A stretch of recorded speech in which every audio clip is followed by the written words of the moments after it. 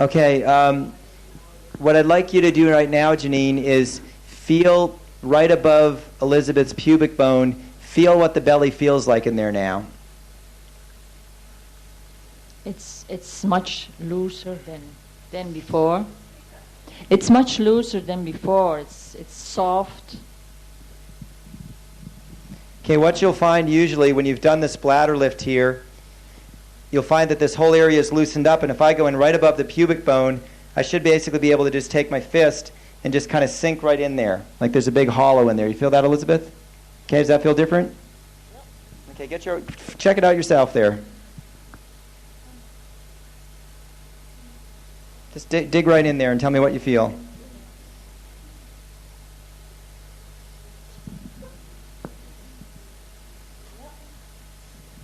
It's a nice big hollow. Yeah. It's a nice big hollow ready for dinner. Because what you've done basically is by getting this area all hollowed out here, you've allowed everything to move back up where it's supposed to be. And I think it should be pretty obvious that none of your organs are going to function that well with other organs sitting on top of them. It's just mechanical pressure. Things aren't going to work right. So how's that feel in there? Feels good? Wonderful. Okay. Wonderful. Graham?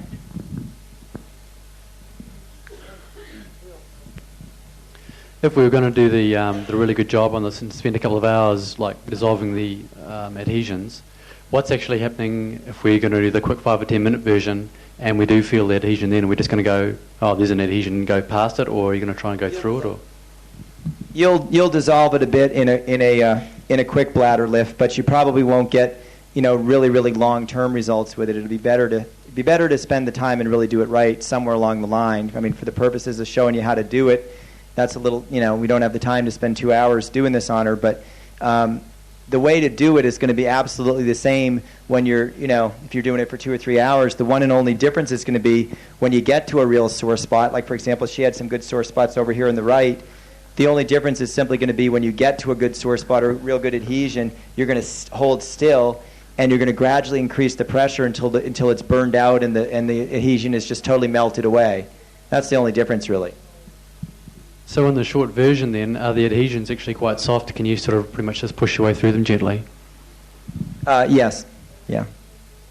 Can one actually do much damage if a woman has got inflammation of the ovaries or something like that, which might perhaps not show in the iris or something? You just want to make sure, Wolf, that the person's got good nerve supply in the area and that there's nothing serious wrong like cancer or anything like that.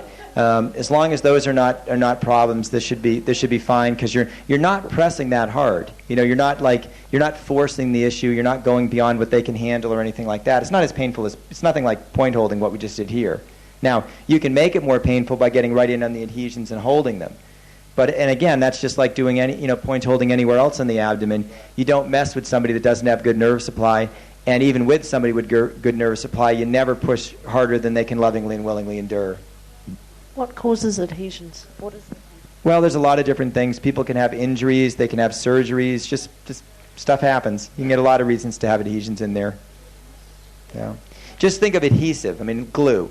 It's just like you feel in the muscles and in the tissues in there. It's like things are starting to stick together. They're not free and mobile, and you've lost that softness. In this day and age, people have gotten very, very obsessed with having very firm bodies. And the thing to realize is a body that's really, really firm is not really a very healthy body. Muscles are not supposed to be hard when they're not in use. A muscle should be very, very supple and loose. And a lot of people have these, stomachs that are just always really, really tight and tense and rigid. And there's all sorts of adhesions and tears in the muscles and all sorts of stuff that's not a sign of health. The belly, when you're just lying here like this relaxed, the belly should have a good soft, it should be loose, and you should be able to get right in there. Ian? So you have to be on nutrients to dissolve these adhesions, do you? No, actually, you can get some pretty good results with a quick bladder lift, even on people that aren't on a program. But to do it full out, like a point holding with the staying on the points, you'd want to be on a nutritional program. Okay. Anybody else need one? Who's ready here? Okay. We could have one. Who's you ready? Okay.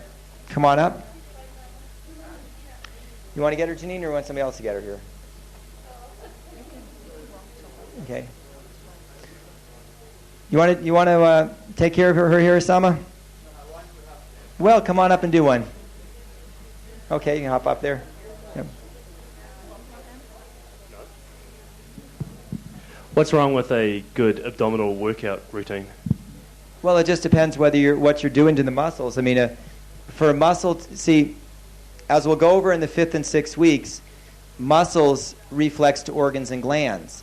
So if you have a healthy muscle, that's going to contribute to the health of whatever organs and glands are reflex to that muscle. So there's nothing, you want to have healthy muscles, but the thing to realize is a healthy muscle, on the one hand, is strong, but it's also very supple. You need to have strength as well as flexibility, and you need to have a relative freedom from scar tissue in the muscles. And the way a lot of people work out with weights and other types of workout things, they're building up a tremendous amount of scar tissue in the muscle. They're losing flexibility, and so it's really not as healthy as people think it is there. So that's the bottom line there. Okay. Okay, who remembers how to do this from last year? Who'd like to come up and do a bladder lift on Jane here? Who'd like to learn how to do one? Okay, Tarek? Okay, Lil, come on up. Okay, so what we got to do is get introduced first.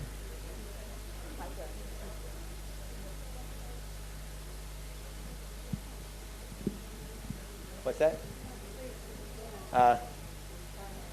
Okay. You got to get to where you can get right at the top of the pubic bone. Now, you want to have the fingers nice and cupped like that. And you start off with the fingernail side just right up against the top of the pubic bone. And now very gently, at first, go back and forth with, all 8 fingers there and work your way to the back. How are we doing over there, Esther? Good. All righty.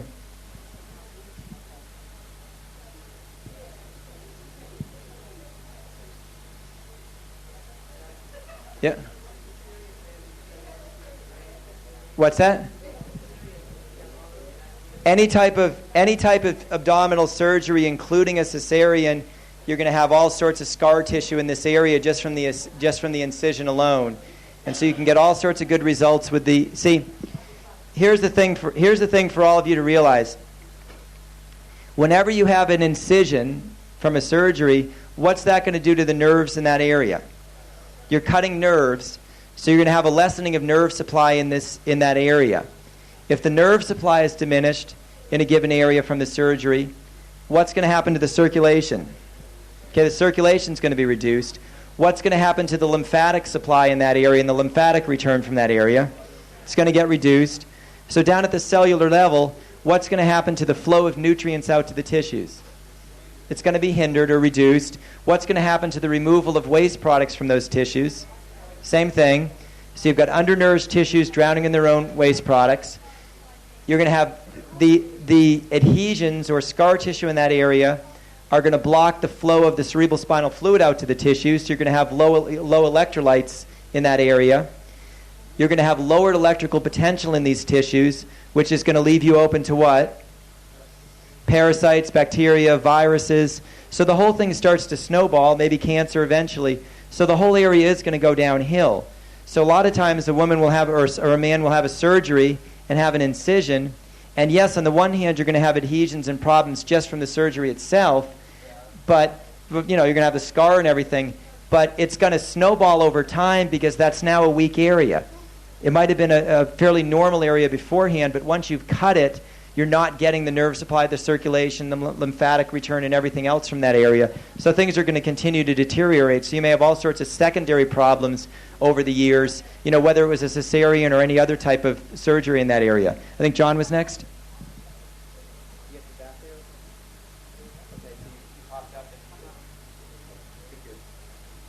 Yeah. From what I saw on the Melbourne video, I think you forgot a bit at the end.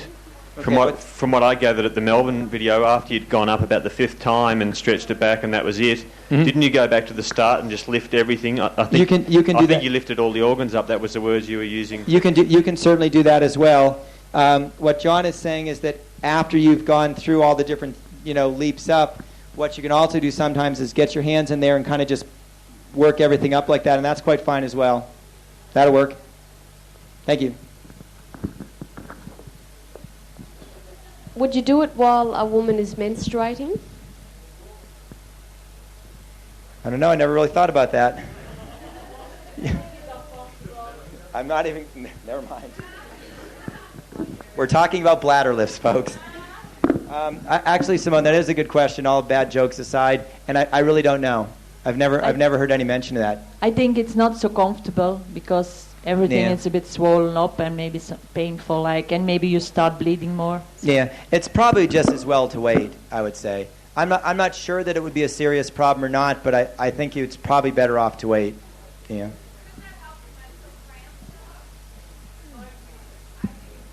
It's possible, but the thing about it is that if it's going to help, the kind of help you're really looking for is not temporary stuff. You're looking to really get the whole situation corrected in there. Okay?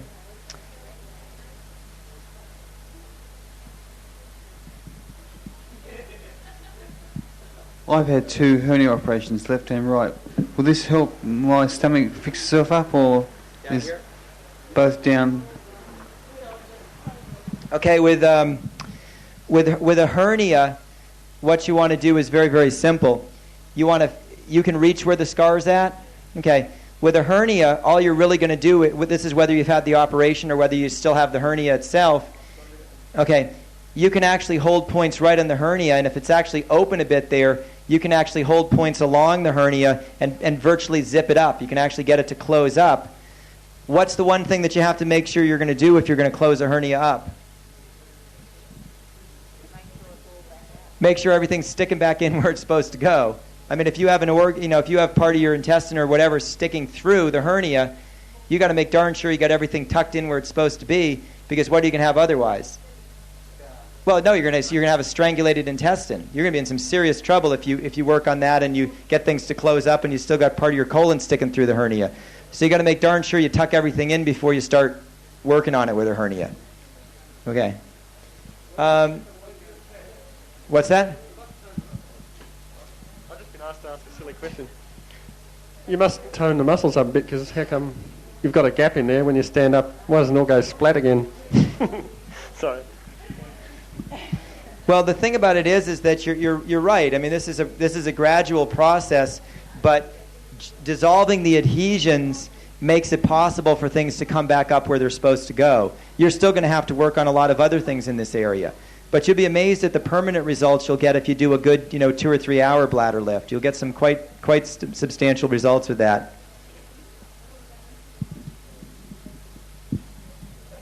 What about strictures? If you see strictures in the iris? A lot of times you'll find people will have, for example, down here in the lower left in the sigmoid colon, a lot of times you will find strictures or bottlenecks, where it's gripped up like that in the colon. A lot of times in doing the bladder lift, you will feel these. You will, get right in on there on these. It's quite possible to hold points directly on through the muscles. It's quite possible to hold points right in the area of the stricture and get it to open right up. Obviously, the thing that you need to do with that is you need to make sure you got good nerve supply there and so forth. But if the person's, if you're able to do that on a person, you can get some fantastic results holding points right on the stricture, and that's actually fairly easy to do on yourself as well. So if you know you got a stricture in a certain area, whether you know it from your own bowel habits or what you can feel in there, or whether you infer it from the iris of the eye, if you can get right on that sore spot and wherever it might be and hold on it, you can get some fantastic results with the with the point holding right in that area. What about straight after a meal? You should wait till a while after a meal, shouldn't you? Because it causes a bit of stress. I would. Yeah. Doug, with a hernia, do you press right in the middle where the opening is, or do you start at one end? I see. And how hard do you actually press? It's with pressing on the hernia, you work from one end to the other, and it is a point holding. So you're working the pain out. So you're giving us whatever the person can lovingly and willingly endure on the hernia. Yeah. Okay. Okay. Any questions on the bladder lifts? Okay. Doug mentioned that women with fibroids should not Please listen up, folks. Women with fibroids should not have this procedure done until they've had the fibroids reduced or treated by point holding. And I just wondered at what stage of being on the program or what stage of preparedness would one have to reach before having the fibroids dealt with by point holding. Okay, does everybody know what fibroids are? Okay, tell people what fibroids are. I'm not really sure, but it seems to be an engorgement of the mucous membranes and blood vessels around certain organs, usually in the uterus. They tend to be pretty hard and they can grow to quite substantial sizes, but I'm not really sure. I think it's an estrogen-dependent condition, which just being on the program should take care of, but it seems to be a bit slow to respond. Basically, the woman's going to get these big masses or collections of masses that are very kind of fibrous that will be in the lower abdomen, generally in and around the uterus, and oftentimes it seems to be a series of smaller masses that seem to kind of clump together in there. Donna? They can be in the uterus. They can be in between the walls of the uterus, inside the uterus or outside the uterus. They can be actually have like a string, and if that bends, that's extremely painful for the woman. And I'm not sure what they can be different textures. So some of them may be more like fluid filled, and some of them may not be. They can be quite hard. Okay. They will often, Vivian.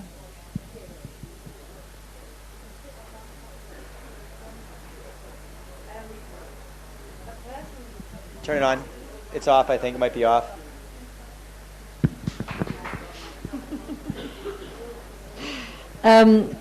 A person that one was treating, would they know that they had fibroids? Or what? It's quite possible that a woman could have fibroids and not know it if they were reasonably small.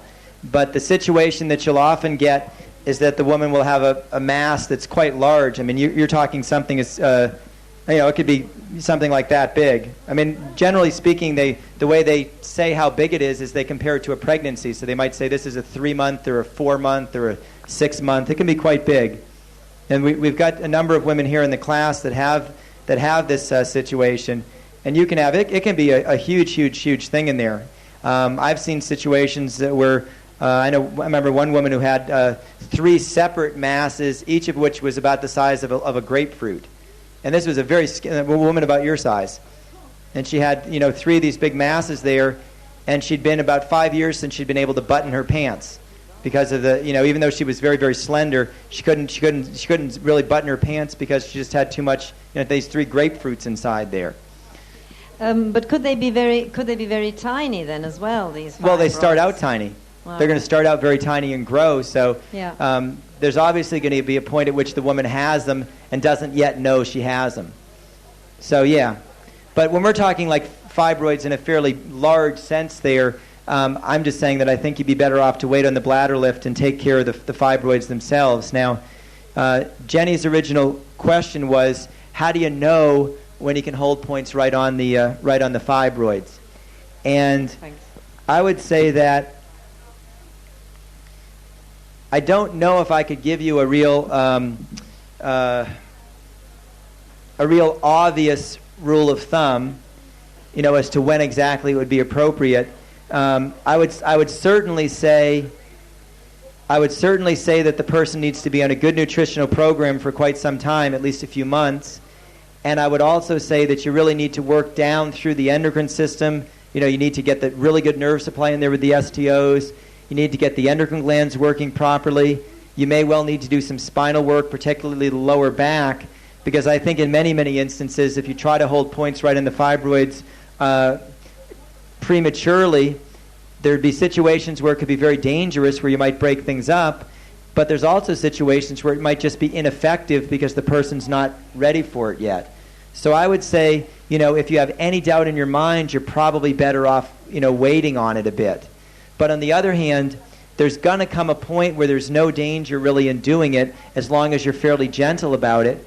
And I've seen some pretty spectacular results where a person could get in there on the fibroid, take their hand like this, and maybe get, 4 or 5 fingers there, or at least 2 or 3, kind of on the fibroid, where you're sort of grabbing it.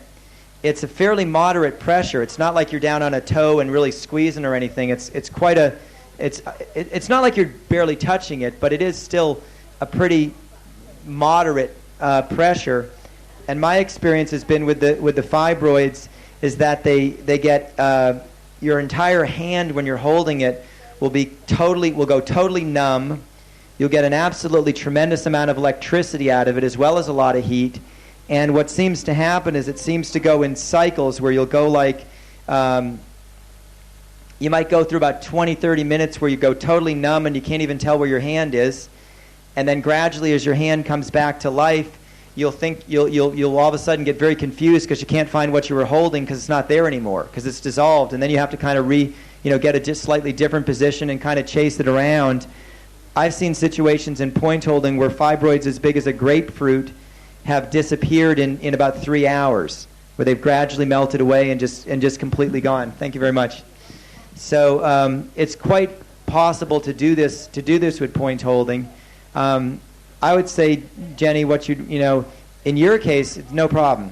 Go right, it'd be a very, very simple matter to hold on it, and it would be quite safe to do it. But just be very prayerful about it, and don't be in a huge hurry. Take care of the basics for most people first, which you've been doing for a long time, and then just go in there very, very gently and gradually. And don't it's not a question of, you're not with a fibroid in dissolving it like that. You're not mechanically breaking it up. You're not it's not strength that's going to get rid of it. It's just releasing the trauma that's locked in that area, and it will be pretty intense. There's obviously something pretty intense going on when that's what's being manifested there. Yes. The doctors don't seem to really be, doctors don't seem to be much concerned about them until they start getting rather large. Yours like 3 or 4 months pregnant before they said anything. They didn't even bother saying anything to me until they get almost, the size of a grapefruit. But they've never mentioned there being any danger in anything, except that when they get sizable, they want to take them out if you're not close to menopause, because they figure they'll shrink at menopause.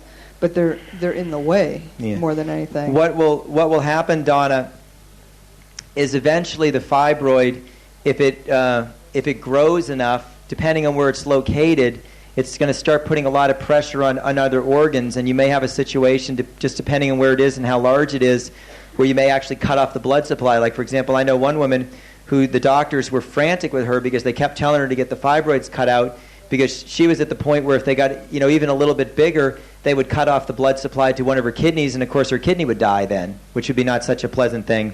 So there's a lot of mechanical problems, but if you're looking at it from the standpoint of the estrogen involvement, and you're looking at the fact that if you apply some pressure to an area and possibly disrupt that area, that's going to stimulate growth in that area.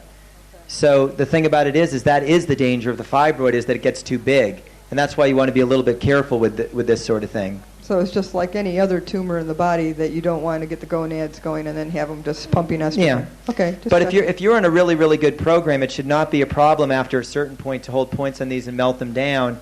One thing I would recommend strongly here for anybody in this situation, beyond all the obvious, is drink massive amounts of the Schweitzer fluid, because the Schweitzer is very specific for any abnormal tissue. And what does it create in any abnormal tissue when you drink the Schweitzer? Ian? Okay, it heats it up. It creates an elevated temperature or a localized fever in the abnormal tissue. And I think for something like that, this would be tremendous. It'd be the same thing with lumps in the breast, by the way. A lot of women, of course, and some men will have lumps in the breast. Roughly 90% of the time, when there's a lump in the breast, it's mainly lymphatic in nature. It's mainly lymphatic congestion in that area. Okay? About 90% of the time, that's what you're dealing with. About 5% of the time, you have a tumor. And how many of you know women that have gone in for biopsies and all frantic, and then, it just turns out to be nothing major? Okay? See, most of the time when there's a lump there, it's not a tumor. It's fairly rarely a tumor. And about another 5% will be blocked mammary ducts. You'll occasionally have that. But most of the time, it's lymphatic congestion.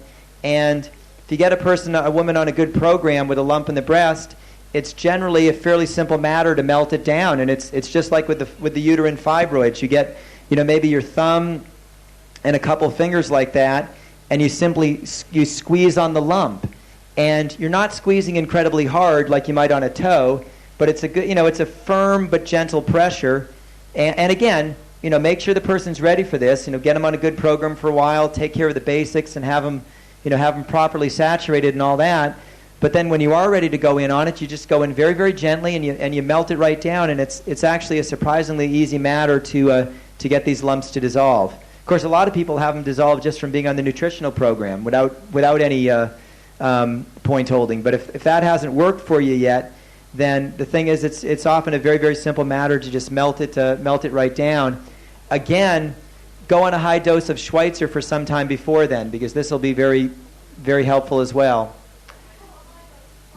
Oh, okay, a high dose of Schweitzer. If you get up to where you're doing maybe 4 to 6 ounces or more per day, that's a good high dose of Schweitzer. If you get up to like 6 ounces of Schweitzer, that sort of thing, that's a good stiff dose. Some people will go a lot higher than that. Some will go up to 10 or 12 ounces a day. But that's definitely a good stiff dose there. Okay, any other questions on any of this? Okay, what I would suggest now, it's about Nolene. You were saying before about holding points on scar tissue.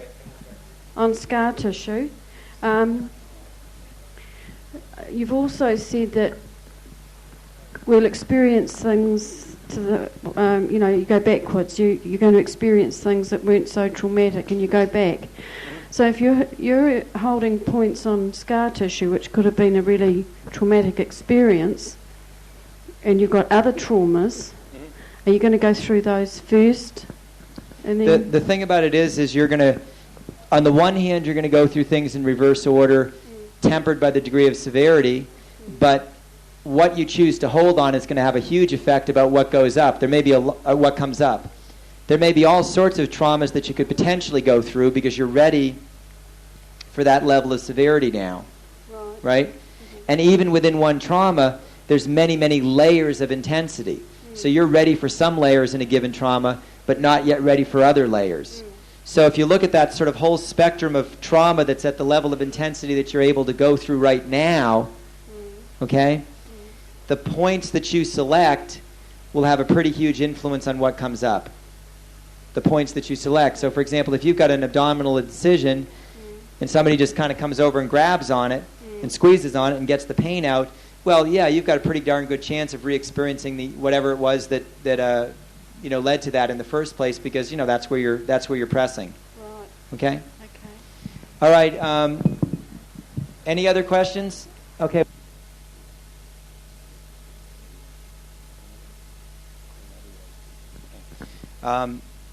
What we're going to do this morning, we have a few areas to cover, and we also want to spend the time making sure all the questions and loose ends are taken care of. We're going to have an early lunch around 11:30, because what we're going to do after lunch is come back and hold points this afternoon, and then we've got eye slides on for this evening. So we've got a pretty full day ahead of us. We had a kind of a little bit of a restful one yesterday, which I think was well needed. And then we'll hold points again tomorrow morning. So basically this morning is our last chance during the Body Electronics Week to get any questions that you might have taken care of. One thing that John did want to cover. Can you make it up here, Lewis? Is there a good aisleway over there for you?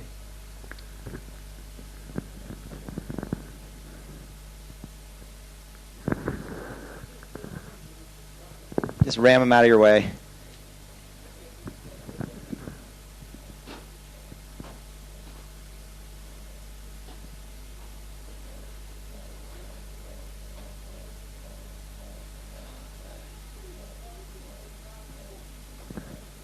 Okay, Sama, if you could come up here as well. That would be you?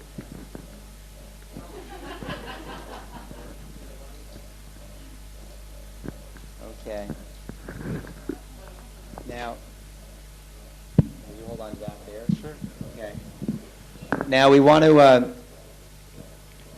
look at what to do with a quadriplegic, what we can do by way of point holding, because this is going to be a situation that many of you will come across in your travels out there and in your different countries and in your work in body electronics.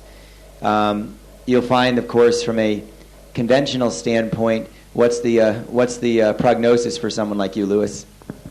Just as it, get used to it. Yeah, live with it, right?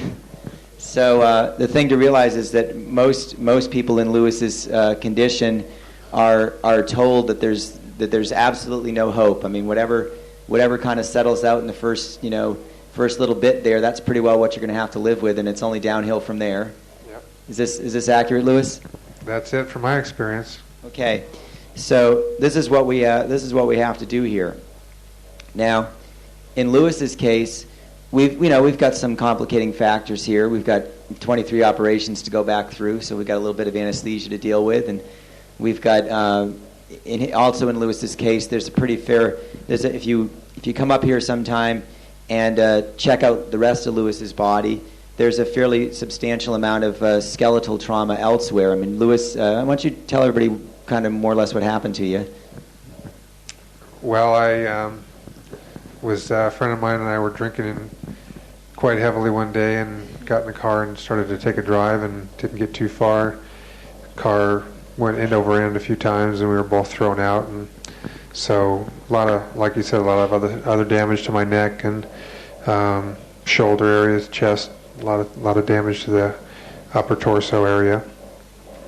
If you check out Lewis's rib cage and the sternum and the shoulders and everything else and the pelvis, there's a tremendous amount of stuff that's pushed all over the place. So there's a lot of cleanup work that has to be done, whereas you may find other quadriplegics where it's just a simple clean break and everything else is more or less in pretty good shape here. But obviously the main thing that we have to deal with in Lewis is the actual area where you have the break itself. So if you could tell people a little bit about exactly what happened there and exactly what your current, what's the situation there right now, how they fixed it up and everything. Well, the initial break was at the cervical 5th and 6th, well, on the right side 4th and 5th vertebrae and 5th and 6th on the left. But basically those 3 vertebrae were all pretty well smashed up. And on the right side I had an additional injury which is called a brachial plexus, where all the nerve plexus was torn pretty well. I had what they call a laminectomy, where they basically pieced the spine back together as best as possible. And they took a shaving of bone out of my left hip and laid it across the back of the spine and then wrapped it all up with wire to sort of hold it together. So basically the point holding sessions I've had this time around have been geared towards dissolving the calcifications in the back of the neck there, and to pretty good success so far. This will be one of the reasons why Lewis, you'll notice there's a difference in what he's able to do with the left arm and the right arm, because he has that additional injury on the right side to the brachial plexus. This would refer to the arm. I mean the nerve, in part the nerve supply out to the arm. Yeah, it's all the nerves along the side of the neck there, and so quite a bit less strength and mobility in my right arm. And as a result of that, also an additional contracture in the right elbow as well. Now, what we have to work with here in Lewis is we have to go right to the area of the injury, and the concept here is pretty simple. You find the area where things are broken. You find the area where you have the damage, and you're gonna try at first to see what level of pain you can get in that area. Sama, why don't you just kind of poke around in there and see what you can find? That's C6. Around in the C5, C6, C4 area. See what you can find in there. You're looking for the calcifications. You're looking for any discrepancies in the bone structure there. Down low on the right side. Find the pain and push, in other words. Now, what level of pain do you have there, Lewis? It's pretty good. Not really intense, but fairly intense. Okay. How much pain did you have there? There we go. How much pain did you have there initially? How much pain would you have had in that area? Probably at least a few times more than that. Okay.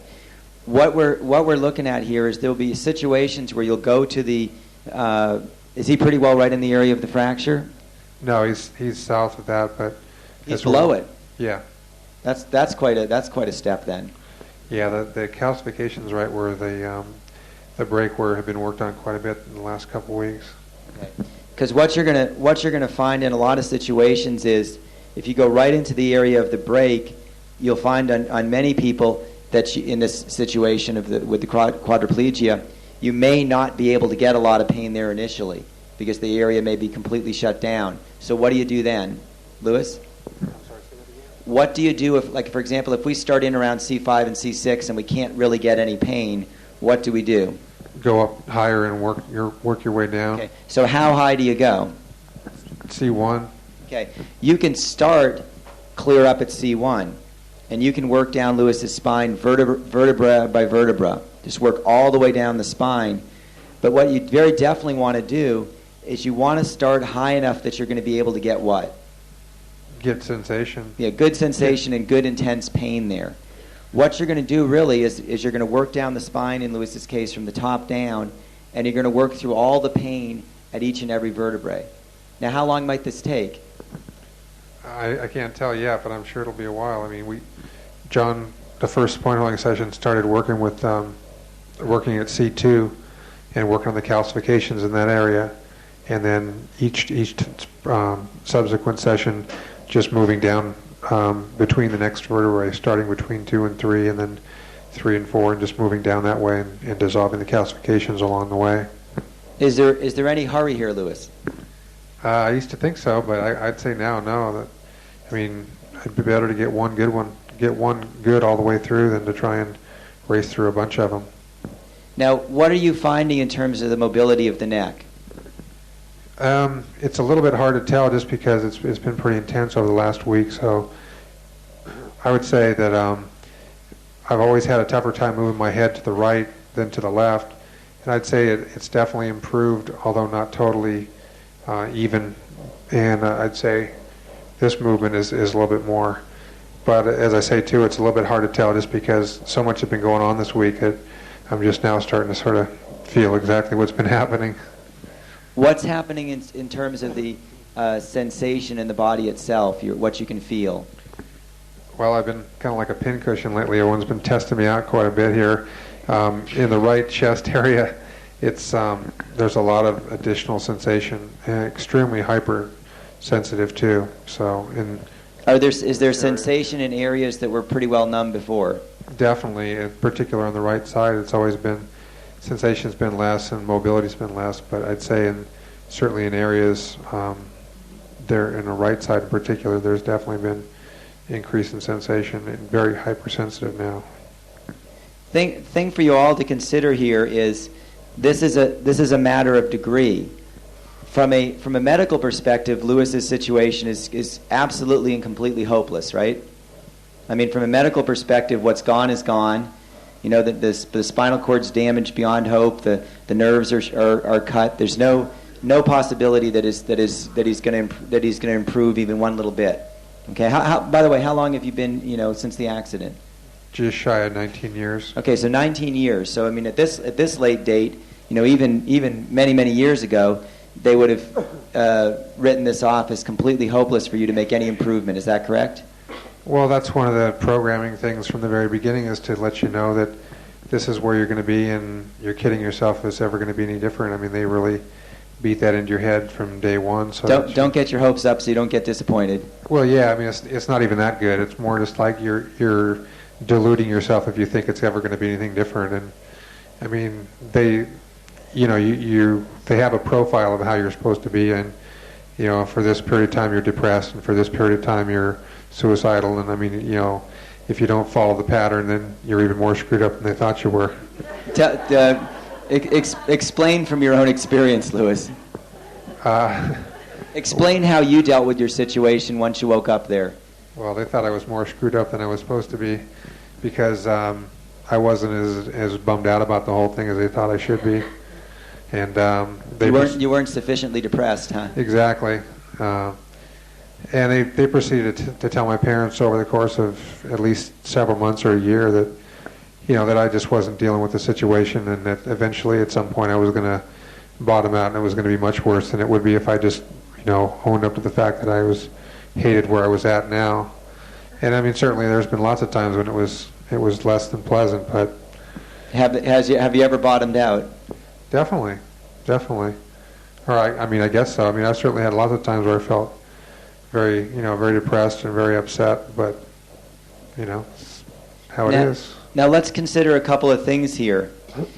We're seeing in Lewis now, Lewis has been working in body electronics for almost, about 3 years now.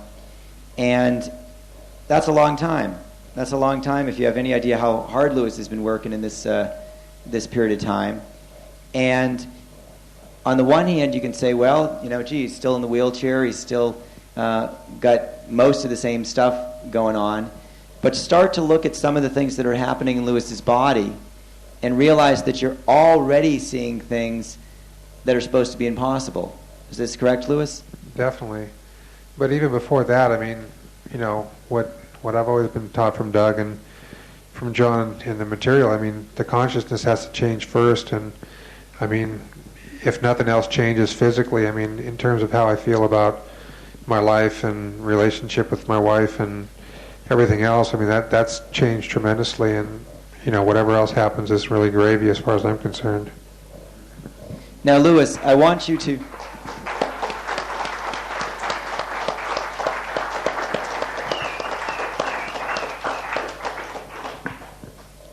I want you, Lewis, to spend a few minutes here discussing your situation in this concept, looking at this from the principle of the list, working on the simple things and working gradually up to the things of greater and greater complexity, going through increments of improvement, seeing the end from the beginning, and the exercise of faith as underlying all of this, having the faith that things are possible. Well, see, this is what happens when you put out the prayer that you want to get out there and be an instructor. So let's hear it. Okay. Well, the whole thing about the list, I mean, when I first started reading John's book, I had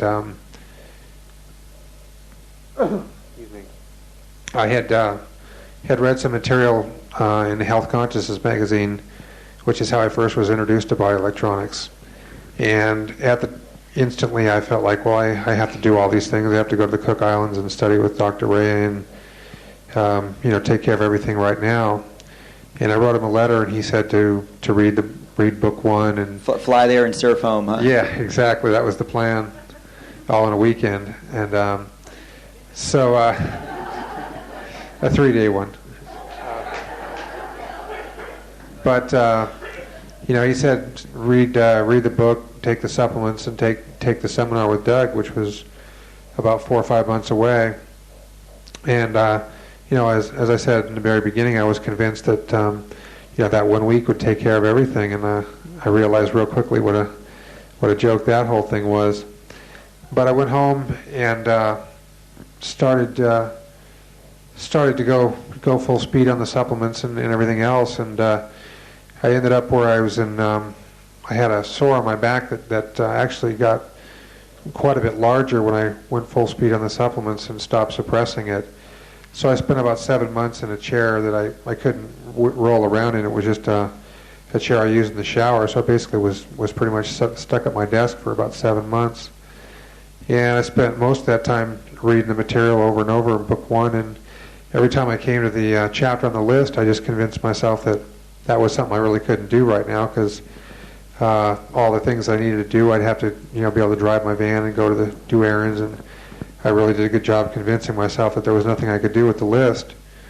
And after about the third or fourth time reading the chapter, I finally decided let's get busy with this thing. And I was amazed at how a lot of the little things that I really needed to do and felt like it couldn't be done just started coming to me, and it was really an encouraging thing to see how just writing it down made a real big difference. So one of my crystals is that I tend to shoot for the stars and never really be too grounded. So I tried to make a real effort to work on the little things that I have so often just let slide. So I spent quite a bit of time just cleaning up a lot of little details, but at the same time kept looking forward to things like being able to take the next week's seminar and then shooting for the instructor's course and a lot of things like that, and just constantly reading my list over and over again and revising it, and lots of points where it just felt like I was getting nowhere and like, why am I doing all this? And what did your lovely wife think of all of this? Well, she really never said a whole lot about it. I mean, she's always been real supportive, even before she was involved in the program, and never really felt like it was. I mean, she always supported me in what I did, but I'm sure there was plenty of times when she kind of scratched her head and, geez, you're going to Pennsylvania for what?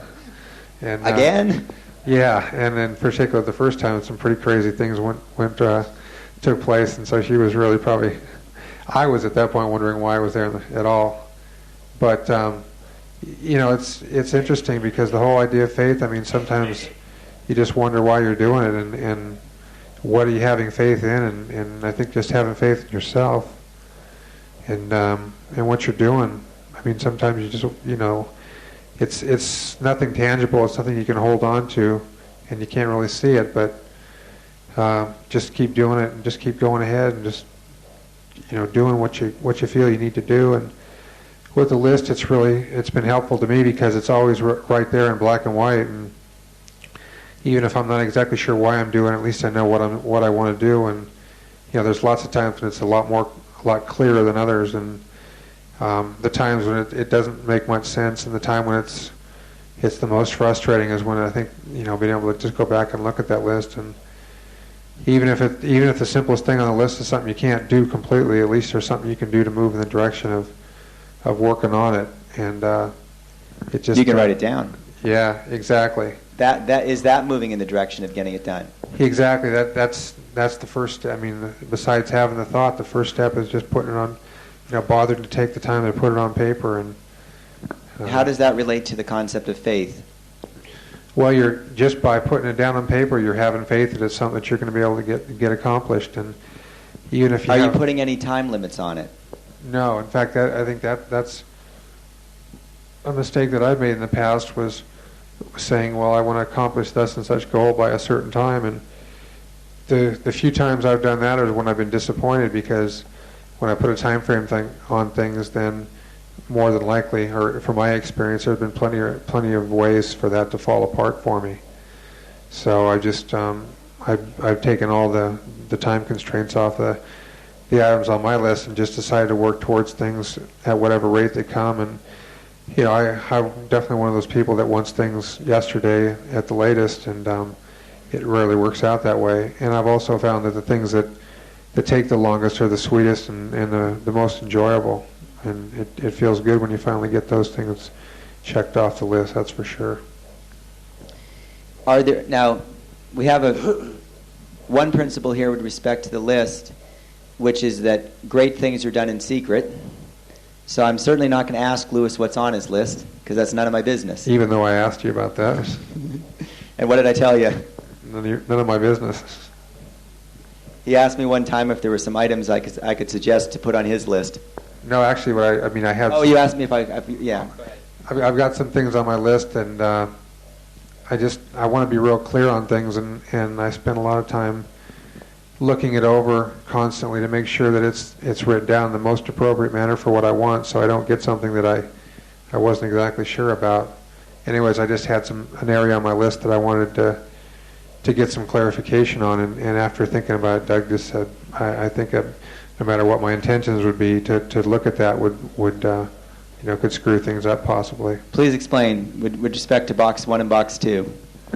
Well, conscious mind and unconscious mind is basically what he's talking about there, and you can create things from two different ways. You can create them consciously or unconsciously, and And I just want to make very sure that the things I'm creating are coming from a conscious place and not just some unconscious thought that just popped into my head. What would be the effect of my box 1 and my box 2 of me reading your list?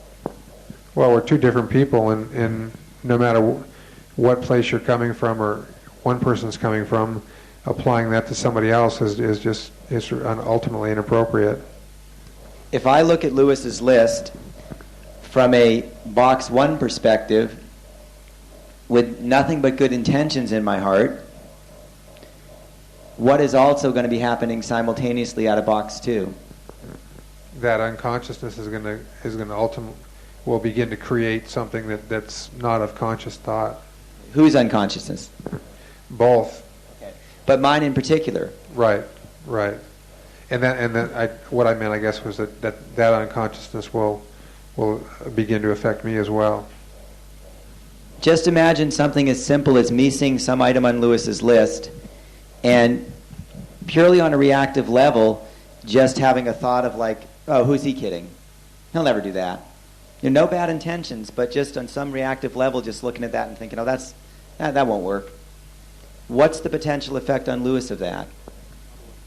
Well, it'll just what you think will happen. I mean, it won't work, or it'll create a more difficult environment to create that particular item on the list. Now, is there a time and place for people to work together on a list? Yeah, assuming that everybody has the exact same goals in mind, and that however many people are involved in that particular venture, that everyone agree 100% on each item that's on the list, so that there's no confusion or no doubt on anyone's part. So Lewis and I, for example, could have a list together. Right, as long as we both agree on every point and had the exact same list and we constantly worked on. So if Lewis and I have a list, who gets to see it? Just the two of us. Okay. Lewis might have a list with Chris. Who would get to see that? Then it's just between the two of us. I mean, any group of people can have a list or any number of lists, but they only need to be seen by the people that are involved in that particular list only. Now, Lewis, are there items on your list that have been there for quite some time that you're unable to see the end from the beginning on? About 80% of them. Okay, so about 80% of the items on the list, you really truly... Explain what we mean here by seeing the end from the beginning. Well, seeing the end from the beginning, I mean, the words I'm saying right now, I already know what I'm going to say. But to see the end from the beginning is to be able to know exactly what you're going to do and move forward with the steps that need to take place and complete that item on the list. But many of the things on my list are things that I don't exactly know how I'm going to get to, and a lot of those are things that even the steps to complete that, many of those steps are things that I still don't understand where they're going to happen or how they're going to happen. And so just having the faith that the things that I put down on my list are things that ultimately will come to fruition. And then the other thing about that for me is even if they don't, is just making the effort to move in that direction. And if I don't get it this time around, well, hopefully that list will turn up somewhere next time around or the time after that, and I can finish the rest of it up. From your own experience, Lewis, in working on your list over the last few years, what have you found to be the effect of having an attachment to a particular outcome? It doesn't happen. In fact, that's one of the things that I changed about the way I wrote my list, was to make sure I wrote into the whole thing that one of the things I want to work towards is not to have attachments to those things, and just to make every effort and do everything I can all the time, or as much as I can, to bring those things about, but also not be attached to whether they actually happen or not, and just realize that the journey or getting there is just as important as actually completing that item or those items on the list. Who's got a question for Lewis here?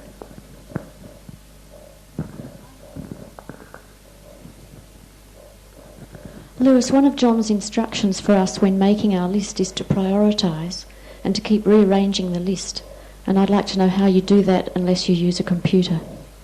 I do. I use a computer. I mean, the first few weeks or months actually that I worked on it was just all written down on paper, and it got to be quite a mess.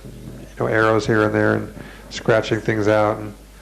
But yeah, for me it helps. I've got a computer that works pretty well, and I just I use that, and I constantly reprioritize things. The things in the middle and the more difficult things at the top of the list. I mean, a lot of those I've changed the order of those a lot of times, and still I'm not sure. I mean, item 70 and item 78 I can't really tell which is more complicated than the other one, but ultimately I don't think it really matters, at least as long as the simple ones are there. Give us a ballpark idea here, Lewis. How many items are there on your list? A couple hundred, probably easy. 200 or 300 maybe, I'm not sure. Several pages on type. So you've got at least probably 150 or 200 items that are just way up there somewhere. Easily. How many items did you have on your list when you first wrote it out? Well, I spent 2 or 3 weeks just going over and over it. I mean, probably started out with a dozen and then 20 and 30 and just kind of went from there. I mean, I just basically kept a pad and paper handy, and as I kept reading the material or kept thinking of things, I would just jot them down, and probably started off with a dozen or 20, something like that. How many of those items have been completed? Most of those were all completed. I mean, initially it was easy to see the little things of, pay the bills and wash the car and stuff like that. I mean, those were most of those were pretty simple and to complete, but there's still a good dozen or half a dozen at least of the initial ones that are still a long way off, or seemingly anyway. As you've worked on, don't be shy here, folks. Get your questions out here. Lewis is your teacher this morning.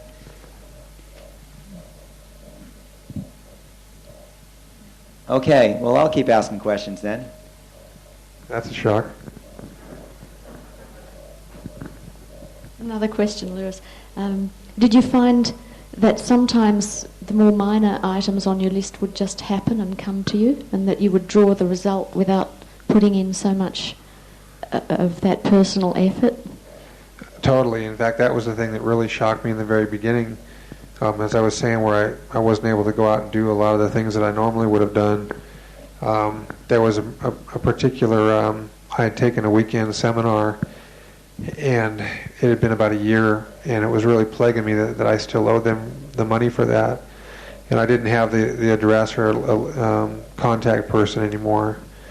And it really hounded me. In fact, that was ultimately the reason I finally did my list, is when I started thinking about responsibilities and things that I hadn't completed, I realized that I owe these people $300, and it really made me feel bad because they allowed me to take the course without paying up front. And so that was one of the first things I put on my list. And the day after I put it on my list, the woman called me up and said, "We're having another seminar. Would you like to come?" And I said, "Well, I can't come, but I've really been feeling bad because I owe you for the first seminar." And she said, "Oh, well, you only took one of the 2 days." I said, "Yes." She said, "Well, then you only owe us half the money." The day after that, I got a check for $187 of a refund of something. So I paid that off, and I mean, it was just one of those things that literally the day after I put it on my list, I got the phone call, and the next day I got the check, and that was off my list in 2 days. And it'd probably still be there if you hadn't written it down. Exactly, and not just still being there, but just how it is, something plagues you, and you constantly keep thinking about it until it's taken care of, and once it's done, it just seems like the simplest little thing, and you spend so much energy worrying about it, and took care of it in no time at all. Lewis, this might be a tough question, but could you pull like a percentage, like a ballpark percentage that you feel, once you've written that item on your list, what percentage is the task already done? I guess that, to me, I would think that varies a lot on the particular item, but just the fact that you bothered to take the time to write it down, at least you understand what that is. I mean, when I first started, there was lots and lots of things that I wanted to have accomplished, but I wasn't exactly sure. I really didn't have it figured out in my head what they were.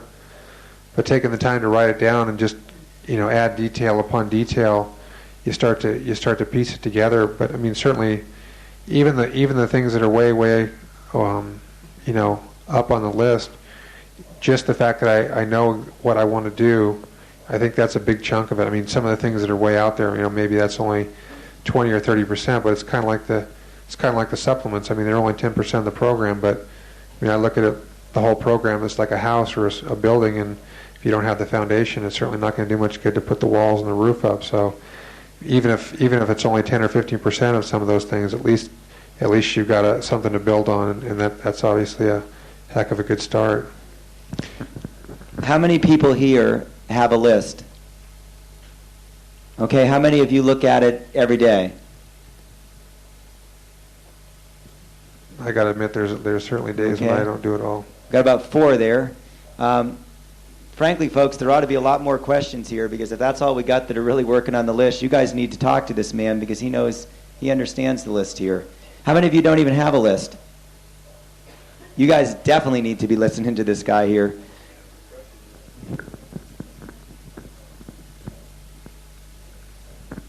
Way to go, Lou. My question, Lewis, is I've been working on a list as well for quite some time, and one of the laws or the principles that I've sort of been thinking a lot about is the law of attraction. And where you say have something small on the list where that, if it's easily within your grasp and you can see the end from the beginning, that it seems to be attracted to you fairly quickly, and sometimes it just happens, like the payment of this bill and the check in the mail the next day, because a few things like that have happened to me as well.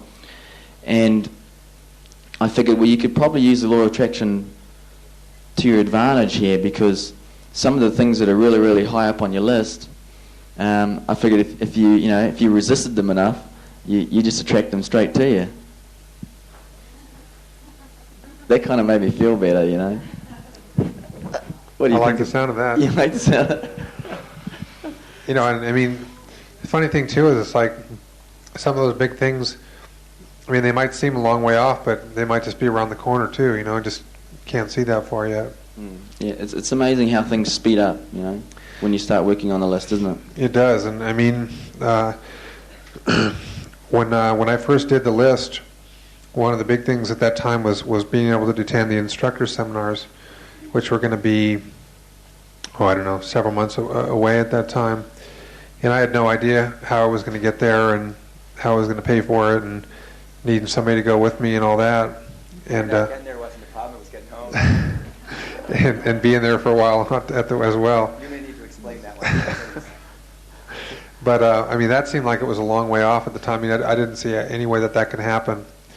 And just as, you know, shortly after I put that on my list, a guy contacted me who turned out to be able to go with me and make it possible. And Doug's alluding to some things I guess he wants me to tell you about. But, I mean, even in lieu of all the problems, I still wouldn't trade it, you know. I mean, I had a lot of things go down that kind of threw monkey wrenches in the whole deal, but at least I was able to do it.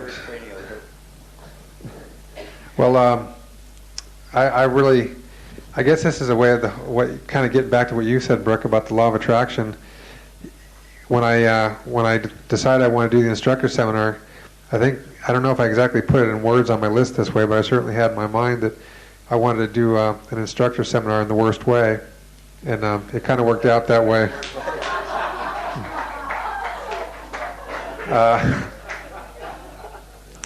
It kind of panned out that way. Words are powerful things. Yeah, I kind of got a handle on that after my first cranial. How does this relate to the exact wording of when you put things down on your list?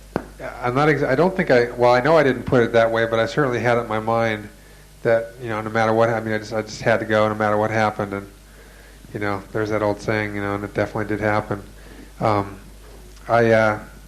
This guy who I hadn't seen for quite some time turned out to, no names, okay.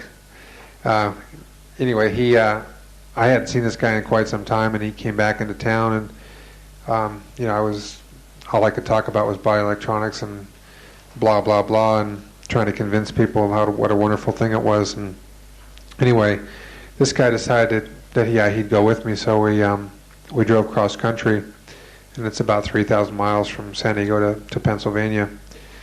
And you know, my own stubborn way, I basically got into a healing crisis, probably the worst one I've ever been in, about 2 hours after we left San Diego, and it lasted for about 6 days. And basically, I pretty much drive all the time unless there's some traumatic reason not to. And pretty much the whole way across country, I was in the back of the van, and pitcher of liquid minerals on one side and a bucket on the other, and a couple of drinks of that, and dump that in the bucket and catch a few breaths. And I basically spent, you know, about 2,800 miles doing that in the middle of summer. It was pretty fun.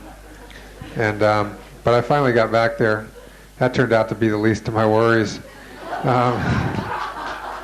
as Janine and Selma well know. But so I got back there, and we were staying at a hotel at the time, and the seminar was at a college about 2 or 3 miles away, or something like that.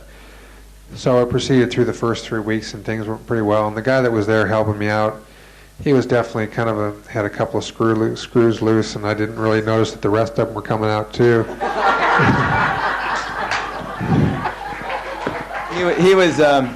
He might have been a couple of beers short of a 12-pack. Oh yeah, easy.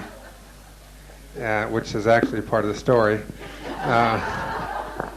But anyway, so the first 3 weeks, you know, went okay. I mean, things were moving along, and I was attending class and doing all that needed to be done on my part. And you know, there was a lot of other things going on with this other guy, but like I said, I just wanted to be there no matter what else happened, and just kind of let the rest of it go. And about Tuesday night, I guess, of the cranial week, about 10 p.m., he said, "Oh, can I borrow your van? The McDonald's up the way is closed." Let me just cut in here for a second, Louis. In this cranial class, we had an even number of people excluding Louis, and I was trying very, very hard at this exact moment that his friend took off. I was really, really praying very, very hard about exactly how we were going to, you know, who was going to get paired up with who. And in particular, I was trying to figure out how we were going to get Louis's cranial done, because the other people would all match up. You know, I mean, we had an even number, and obviously Louis wasn't yet going to be able to give somebody a cranial. So I was just basically in my own mind trying to figure out how we were going to fit Louis in and how things are going to work out in doing all that. And right about this time, probably an hour or two after your friend went out, the answer I got was that what we really ought to do the next day, Wednesday, is just do Louis's entire cranial. You know, mastoids, triple axis, and everything. Just go totally. So that was like this next day that was my intent. It's going to be Louis Day. Oh, by the way, happy Australia Day, everyone. Happy birthday to Vita as well. And happy birthday to Vita. We'll get him later. So at any rate, the next day was definitely going to be Louis's day of destiny. Of course, it didn't quite work out the way we thought it was going to work out. Although he was going to get his entire cranial the next day. Continue. So anyway, this guy took my van, and it was about 10 p.m. And as soon as I heard the front door of the hotel room close, I thought, "Wow, what did I do this for?" And but unfortunately, it had a little over 3 weeks of all this work. You know, basically right about the time where we are now, where we've had all this intense point holding and healing crisis and everything else. But I just decided to lay there and just pretend like it was not pretend, but I go through it as if it was a point holding session. And it was actually a pretty good one as they go. No facilitator or point holders except for myself, and just went through all the emotions of why did you do this, and how many times have I done this before, and the anger and the fear and the frustration and all the stuff that was just pouring out because it was really intense. I just had a really strong feeling that something bad either had or was going to happen. I had no idea what it was, but I was really sure something was going on. And the guy was gone for about 4 hours. He came back about 2 o'clock, and he was just completely wasted. He could, you know, definitely quite a few more beers short of a 12-pack. Oh yeah, definitely more like kegs, I think. But he was just out of it totally, and you know, at that point there was really nothing to be done except for just try and get some sleep and just, you know, see what was going to happen the next day. I knew something pretty major had happened. And so anyways, he helped me up in the morning, and first thing I did was go outside and take a look at my van, and what was left of it anyways. He did a pretty good job on it. He drove into either a brick wall or some steel post because the front end was just totally wiped out, and the front left axle was smashed up or bent all to heck, and the wheel and tire. I mean, it was pretty wrecked up. And so first thing I did was call Doug, because I had been giving people rides back and forth to from the hotel to the class, and Janine and Sama were there. So I called Doug and told him I couldn't, just real briefly what happened, and couldn't go to class that day. And I came down to Janine's room, and Sama was standing next door. He was staying next door, and I was explaining to them what had happened briefly. And as that happened, Doug drove up and he said, "Oh, I saw your buddy walking up the road," and it turns out... He was hitchhiking in the opposite direction. Yeah. So as it turns out, he basically, when I was talking to Janine and Sama, he stuffed what he could in the backpack and headed out for the open road. And so it left me in kind of an interesting situation there. And I basically spent about 2 days, on the phone trying to work out a way to get my van, because there was no way. It turned out no attendance, right? No transportation. The batteries aren't going to get him. He might have gotten to the college 2 miles away in the wheelchair, but he wouldn't have gotten back. Well, I could have done that once, but that'd been the end of that. So I spent a couple of days just making phone calls, trying to figure out how I could, if my insurance was going to cover the repairs, and I turned out I had to ship my van home on a flatbed truck, and so then I had to get an airplane ticket to get home, and then I had to find a way to get from Chambersburg to Washington, which is about 2 or 2.5 hours, and just lots of fun stuff to deal with. And on top of that, all the emotional things and all the, just a tremendous healing crisis about what I created for myself there. And no attendance. Yeah, well, I had some pretty good help there. Sama was happy to help out, as well as a few other people, and.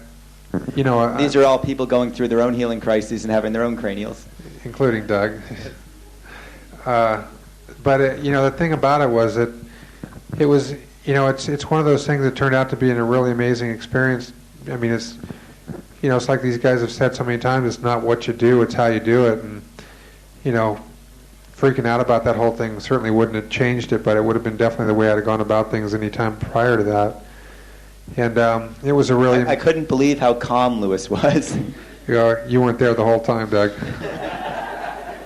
Maggie stopped in a few times, and I was very shaky at times. But it's just, what I did was, believe it or not, Doug, I had some feelings, and I was aware of them at the time. Ooh. Didn't even have to think about it. But there was a lot of things going on, and just using all the tools that I had that we all now have here, and just trying to make the best of it, and just figure out what I could learn from it. And so, what were you feeling about getting your cranial? I had it never even crossed my mind, quite frankly. I just kind of figured. Never? I don't know about that. No, honestly, it wasn't. At least the first couple of days, all I was really focused on was how am I going to, clean up the mess that I got here? How am I going to get my van home? How am I going to get myself home? Who's going to help me out? That was one of the things I really wanted, obviously, to do was get a cranial. And I just, maybe one of the things for myself was... Did the universe throw up a few little obstacles to your cranial, Lewis? Yeah, I did a pretty good job of creating a few obstacles there. We couldn't even get an attendant. No, it was pretty tough. The first couple of days, Sama and some of the other folks in the class helped me out, Doug and Andy Duffy and... Frank and Elizabeth. Lots of people were there to help out, and the thing about it was Janine and everybody else that was there. It's just knowing that everybody was willing to do what they could do to help. It was a real emotional thing for me, because it really felt good to know that there was people that were willing to do whatever they could do, and that I still had to go through it myself, but having the knowledge that there was people there willing to help out made a huge difference. So Lewis finally got this. The car wreck was like late Tuesday night, Wednesday morning, and Lewis, I think by about Thursday, you'd got things lined up to where you were flying out on Saturday. Yep. And we were sitting back in class getting cranials going, and of course you never really know how long anybody's cranial is going to take, so you're not quite sure what personnel you have. But we were back there in class, kind of plotting our strategy here. We figured we had him trapped in the motel. No way out. He wasn't going very far. We knew his room number. Mag had a key. Yeah. So on Friday we assembled our crack cranial SWAT team. Complete with the green beret, literally. Right. Yeah, we sent our green beret. Yeah. Then how did that go, sir? It was pretty amazing. I mean, they all of a sudden, Sama and Andy showed up and said, "Well, we're going to do your cranial today." And I was like, "Oh, really? What part?" "No, we're going to do the cranial today." "Oh, you mean the whole thing?" "Yeah." "Oh, okay. Well, let's get started then." They did both. I don't know. Both mastoids at once, I think. Both mastoids at one time. That was an interesting experience. Sama on one side and Andy on the other. Andy's about Sama's size and was a green beret. Yeah. He's got a gentle voice, but his hands don't go with the voice. That's for sure. So it was a pretty interesting experience. Getting the whole thing done in one shot. And I don't know. We were going to do both triple axes at once, but I'm grateful you didn't. But anyway, it went pretty good. I mean, it actually went pretty quickly. Certainly a lot quicker than my last one. But I think you'd already gone through most of your cranial before then. Quite a bit of trauma released at that point already. You're probably one of the few people whose cranial was the least intense thing of the week. That's pretty close to being the truth. But it went pretty quick. I don't know. We started at 10 o'clock that morning, Sama, something like that. But something like that. Anyways, it pretty much went all day from 10 in the morning till 9 or 10 at night. Had both the mastoids done, and it poured rain that day too. Boy, it just dumped. And but it just in the middle of that, I had hired a high school kid to come over and help me pack, because I had tons of stuff there. I mean, not only my stuff, but the guy who bailed on me, he had a bike and tons of stuff that even if I didn't want it, I certainly wasn't going to leave it in the hotel, leave a mess there. So I had to basically, in between cranials and trying to squeeze in a bite to eat, just pack all the junk in the van. And because the next morning, the guy came and picked it up in a truck and shipped the whole thing out. So it was pretty eventful day, I guess you'd say. It went pretty well though. That's a great story, talking about the healing crisis and talking about being in healing crisis. With respect to physical healing crisis, a lot of emotional stuff coming up and a lot of mental stuff as well. And which reminds me, that's what I like about Doug. He really likes to be a part of the class. Yeah. He got more than he bargained for that time around. Yeah. How do you relate, or how could you utilise the list in respect to the healing crisis and the different things you're going through in your life on all levels? Well, I mean, one of the things about that is just even when you're in the depths of not knowing how you're going to get anything done or why you're doing it in the first place, at least you got something written down that you can look at and say, geez, I was stupid enough to put this on paper, huh? Which really helps out. My sister developed a technique with the list, though. When you write something down and you do it, you cross it out with a straight line. And then if you decide you really don't want to do it, you cross it out with a squiggly line. I got lots of those. I got a real good secret for the list, though. Some days when you have lots of stuff and you're just feeling like, oh man, there's no way I'm going to get anything done. There's two little things that you can do that'll really help you think you're getting your momentum up. One is you write down a bunch of stuff that you're going to do anyways, like eat breakfast. Or that you've already done. Or you write down stuff that you've already done just so you can cross it out. And that way when you look at the piece of paper, it looks like you're getting somewhere because there's already things crossed out. Have a page already checked off. Patting yourself on the back. Probably not real kosher, but it works. Definitely gives you some momentum. That's a pretty good deal.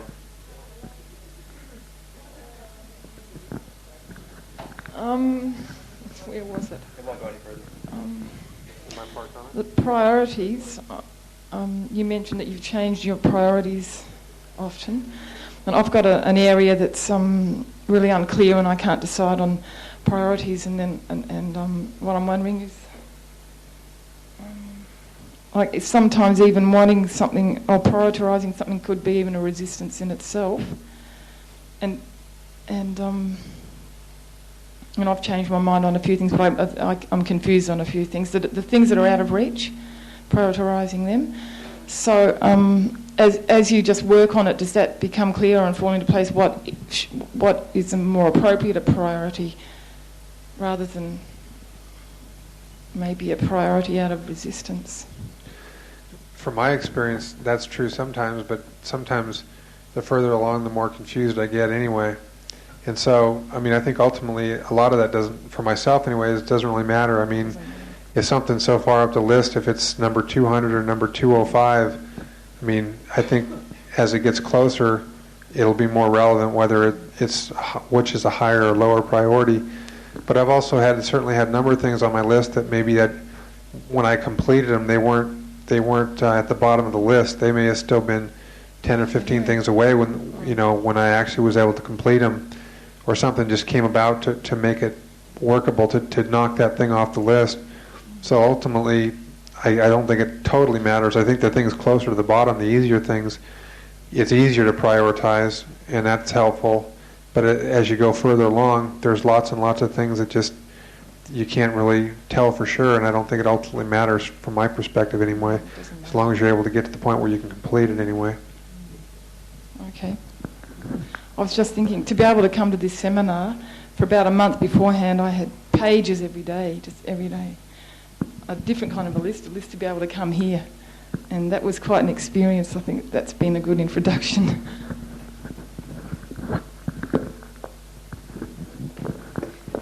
Well, as regards the prioritizing one's list, I learned to almost stop doing it, because I realized that whenever I made an effort to put things in order of how I want it done, I realized that it was sometimes part of my lack of faith in actually the manifestations of those things, because it's like something I see as, something it will take me 5 years to be able to go wah, wah, wah, and get there. And then just off like that, I realize I've done it. When even the ones I thought I could just jump out of the door and go and do it, I haven't done it. So then I just every time I'm looking at my list, I have to read twice to see if really I have already achieved that without realizing that I've already done it. And most of the times I realize there are some things, which is probably number 50 of the list, that I've already achieved. So I think in prioritizing, we should also have faith that our Father up there actually knows what He has to give us. He knows the priority more than we actually think we do, and give Him the chance to do it. Now, the second thing is about my experience with Louis. When we had our little thing in Chambersburg, for all my life, I had never actually come that close with somebody in Louis' state. So I remember the night I had his key in my room, and I had to go and see him the following morning. I was wondering, how can a man be sleeping in his room and I have the key in my own room? But when I got to Louis' room in the morning, around 7 o'clock, and I opened the door and went into the bedroom, I know people have talked about their experiences with angels. I think if I had an experience about the presence of an angel, that was my first experience, which totally changed not my thinking in who Louis was. It made me realize the beauty of God's creation, that God's existence in man has nothing to do with your physical presence or physical form. And for the first time, I could see the love, the light, the way his room was filled with light. It just made me appreciate the experience I had, that God also, although if you see it from outside, you will say, oh, why did God do that to Louis? I also thank God for giving me that experience, which has always stayed to be my teacher. I thank you very much. Thank you.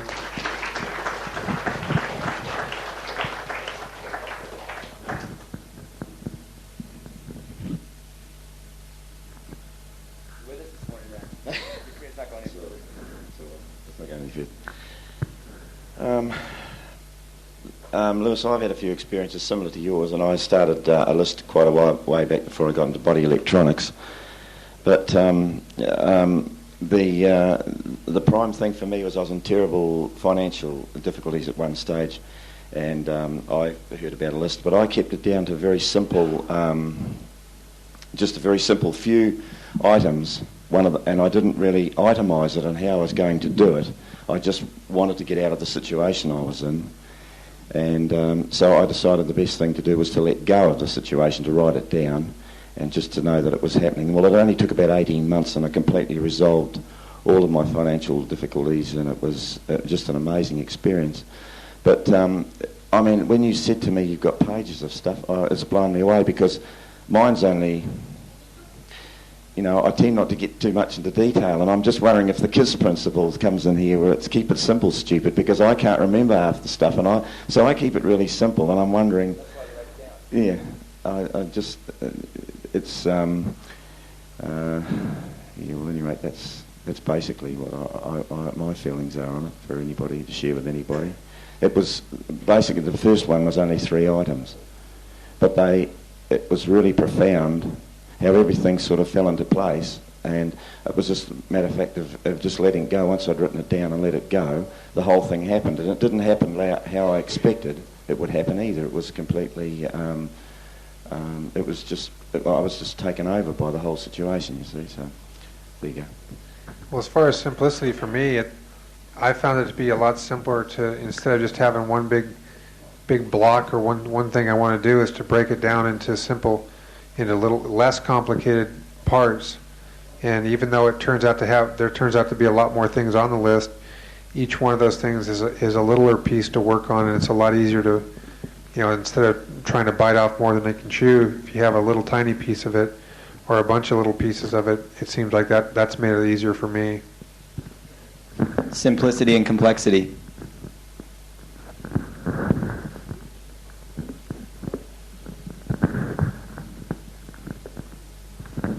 Yes, I find the same thing. If you break a large issue up into tiny little fragments, you'll find that you'll do it much easier than if you see one word there and say you're going to do it. Because a lot of times people see that word and they say, oh, God, that's too much. Like they might write down, I'm going to write a book. Okay, well, what are the steps to writing the book? You can break that into different little tiny fragments, and you'll find you'll do it much easier that way. And who said that? Sammy, yes. Yes. Taking the big item, like say you're going to write a book, okay? You can write down on your list, choosing the title of the book, breaking the book up into different chapters, what you have to do with acquiring a publisher, everything that's involved in writing the book. If you break that down into further components and then you work on doing each one of those components, like, okay, finding a publisher may take you, I don't know, maybe even 6 months, just that fact there. And you can even break that up into further components if that's hard for you. So anything that you find hard, if you break it up into smaller components, you'll find that you can work on it much easier. And I just want to read something to you here from Autobiography of a Yogi that John told me to come up and... It's on your list. Yes, it's on my list. Come up to tell you. It's been just really strong for me. I keep getting this one message to keep telling you, and I don't know why. Maybe there's someone or several people in the room that need to hear it. But anyway, this is Sri Yukteswar speaking, and he's talking about disease and healing. And he says here, disbelief in the reality of sickness, even when you are ill, an unrecognized visitor will flee. I'll say it again. Disbelief in the reality of sickness, even when you are ill, an unrecognized visitor will flee. And this is something you could put on your list too, because if you have a particular thing wrong with you, instead of centering on that particular thing wrong, on your list you can put down all the things you can do to relieve that particular disease. And instead of centering on the disease, you'll be centering on all the things you're going to do. Like, for instance, you might say, well, I'm going to take a yoga class. I'm going to have carrot juice in the morning.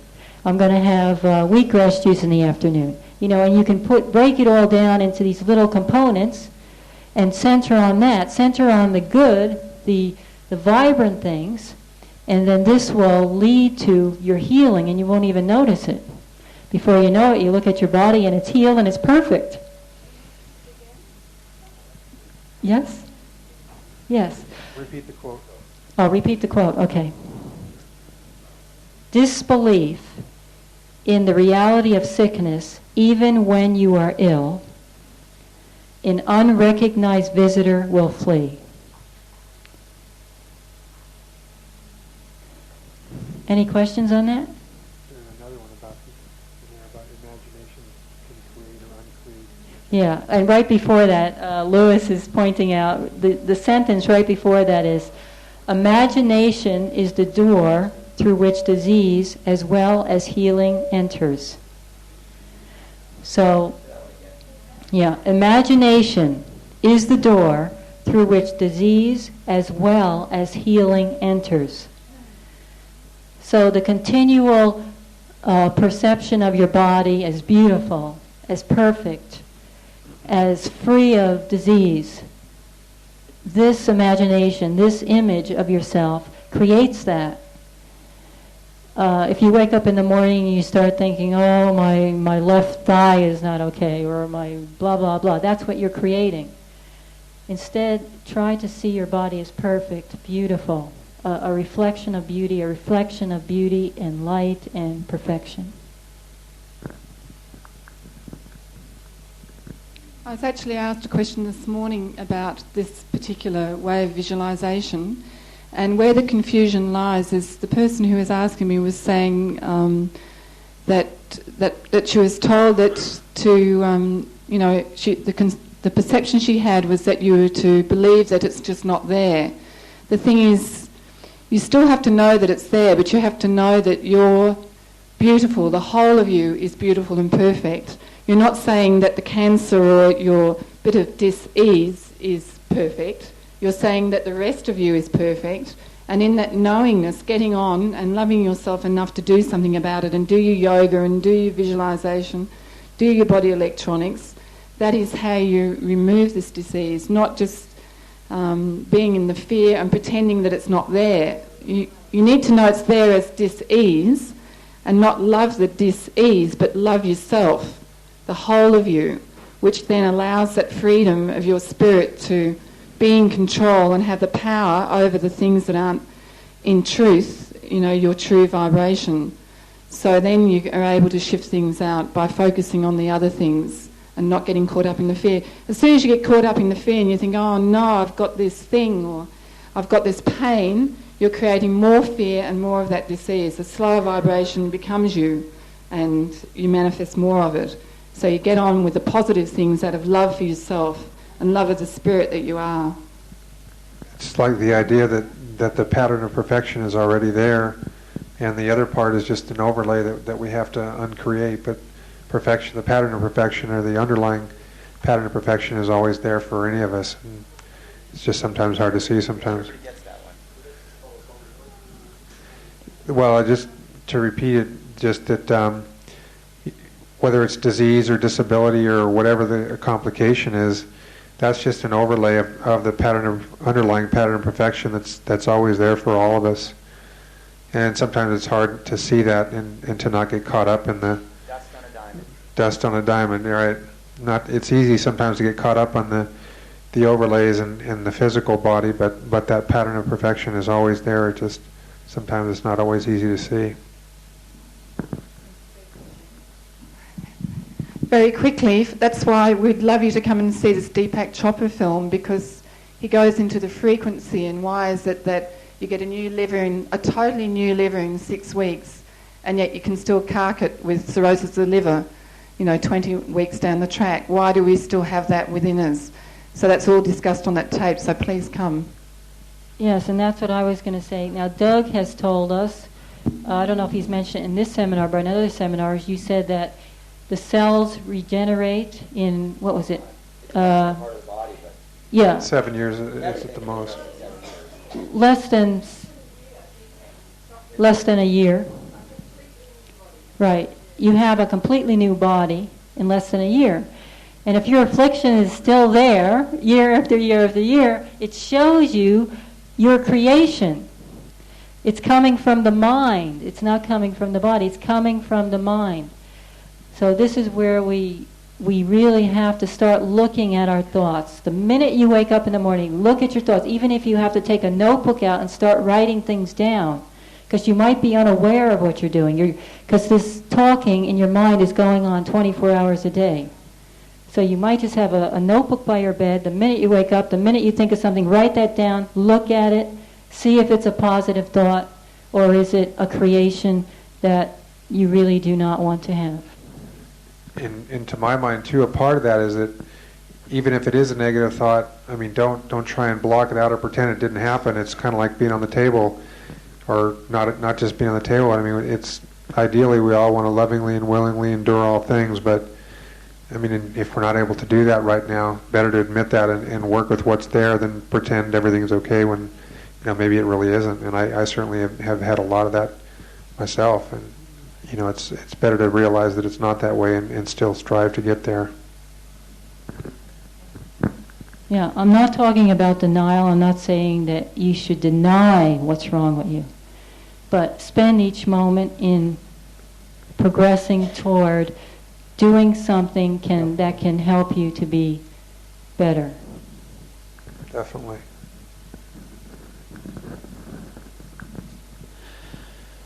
What you're talking about here is very, very important to understand, because we identify with the physical body so almost completely. I heard Doug say once that you think you go through all the motions, you're releasing all these resistances emotionally, and you're trying to get in touch with the judgments on the mental level, and then you walk out on the street and a bus comes along. Is that me? No. No. You walk out on the street and a bus comes along and it's about to hit you, and I guarantee you're thinking of your physical body right then and there. It's so easy to get out of touch with the fact that we're eternal, the spirit within. You walk out on the street and a bus comes along. The first thing you're thinking about is to get away from the bus. You're not thinking about your physical body. I mean the point where the bus is about to hit you. Right. The point that I've made in that statement is really quite simple. Intellectually, most of us here, I would say probably all of us, recognize that we're not our physical body, that there's a difference. There's something that's eternal, there's something that's lasting, and the physical body is simply a vehicle that we occupy. No matter how much we accept that intellectually, we're still wherever we're at in the scale of emotions. We're still subject to the programming that we have. And the point I would make is that if you walk out in the middle of the street and there's a bus coming down on you, most people in their own mind are going to hit a word pattern, something along the lines of, I'm going to die, or whatever. In other words, reactively, we're still identified with the body. When we see that bus coming down on us, we see that we might get killed, rather than, my body might get crushed by this bus, and then, I'll go on to the next experience.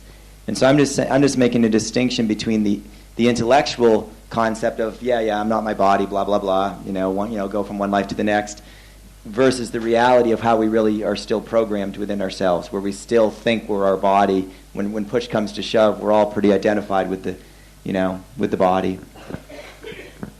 Well, I had a very terrifying experience once where I was on a snowy mountain, very icy, and it was a very narrow cliff.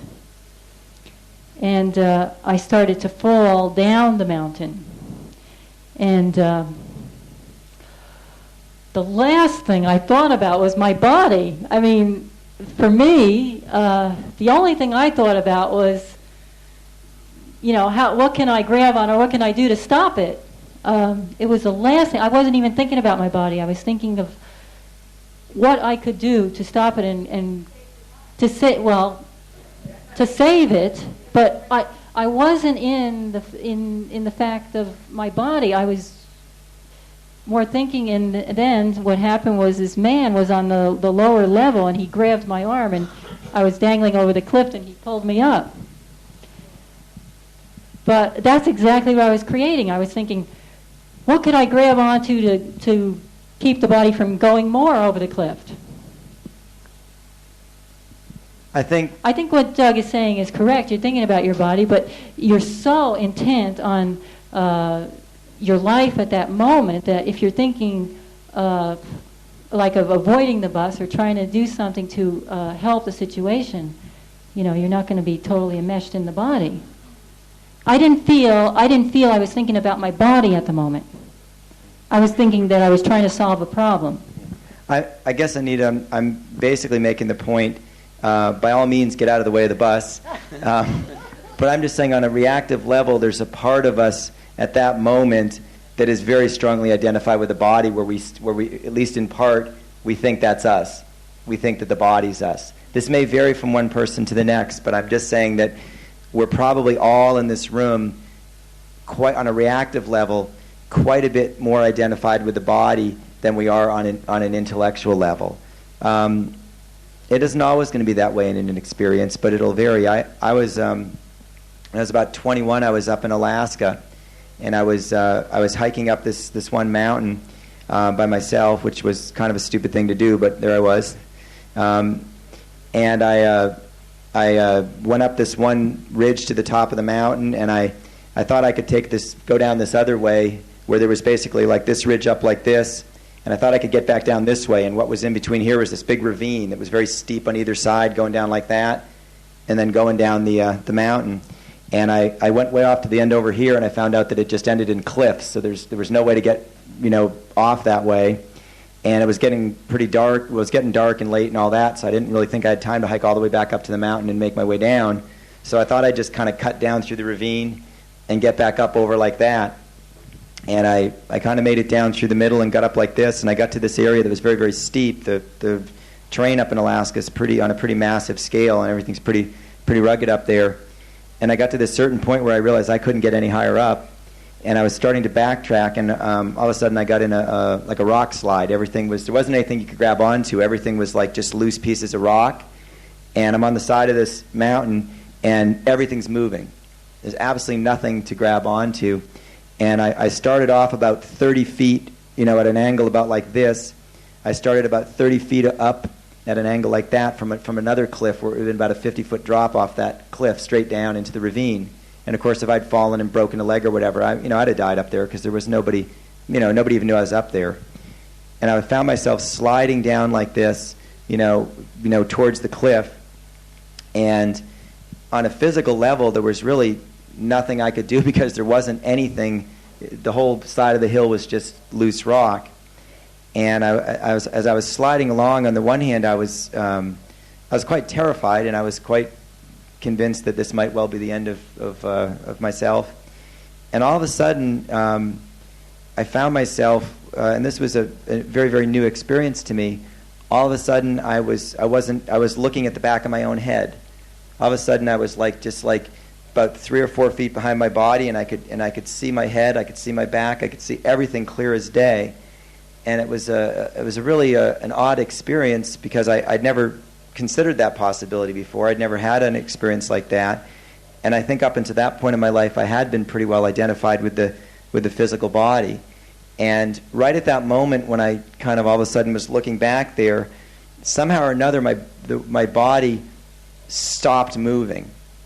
And I don't to this day know exactly how it stopped moving because stuff was still sliding next to me on the right and stuff was still sliding next to me on the left, and it actually sort of seemed like stuff was still sliding straight underneath me. I was kind of going down like this towards the cliff, and everything just, like the body just stopped right there, and it was just, I was like looking at it.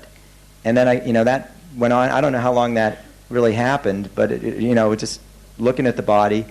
And then all of a sudden I was like back in the body, and I more or less managed to make it down through the mountain with a few more close calls and all. And I got back down, finally to where I was camped out on the beach, and it was I actually kind of went into like shock. I just kind of I was camping with some friends, and I just sort of kind of mumbled something to them and walked right past and just kind of went straight into the tent and got into the sleeping bag and just kind of it was quite an overwhelming experience for me. And maybe for some of us we need to have some sort of experience like that so we can really understand that we're not the body. Because I know no matter how much I thought about things intellectually, there was a pretty major part of me that was very identified with the body. And of course at that age I was very identified with the fact that, well, I got bad knees and a bad back and a cranky colon and all these other things. And somehow having that experience for me was a real change, because I've never looked at things the same since then, because you just realize it's just a body. It's not that you shouldn't take care of it. It's not that you shouldn't be attentive to its needs. It's not that you shouldn't step out of the way of the bus. But all the same, it is just a body, and it's not you. The body may come and go. It may fall off a cliff. It may get hit by a bus, but it isn't you. You will continue. This is not Lewis. This is just the experience he's having right now. Or the duality. Just it's the duality of, we're not the body, but this is the horse we're riding now, so we gotta deal with where we're at.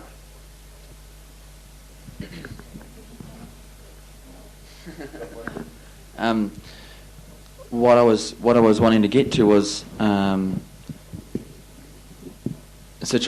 what Carol was talking about earlier on about things on the list that she's confused about and not really knowing how to prioritize them, and what Anita's talking about taking a large thing or a big thing in your life and then breaking it down into smaller and smaller things.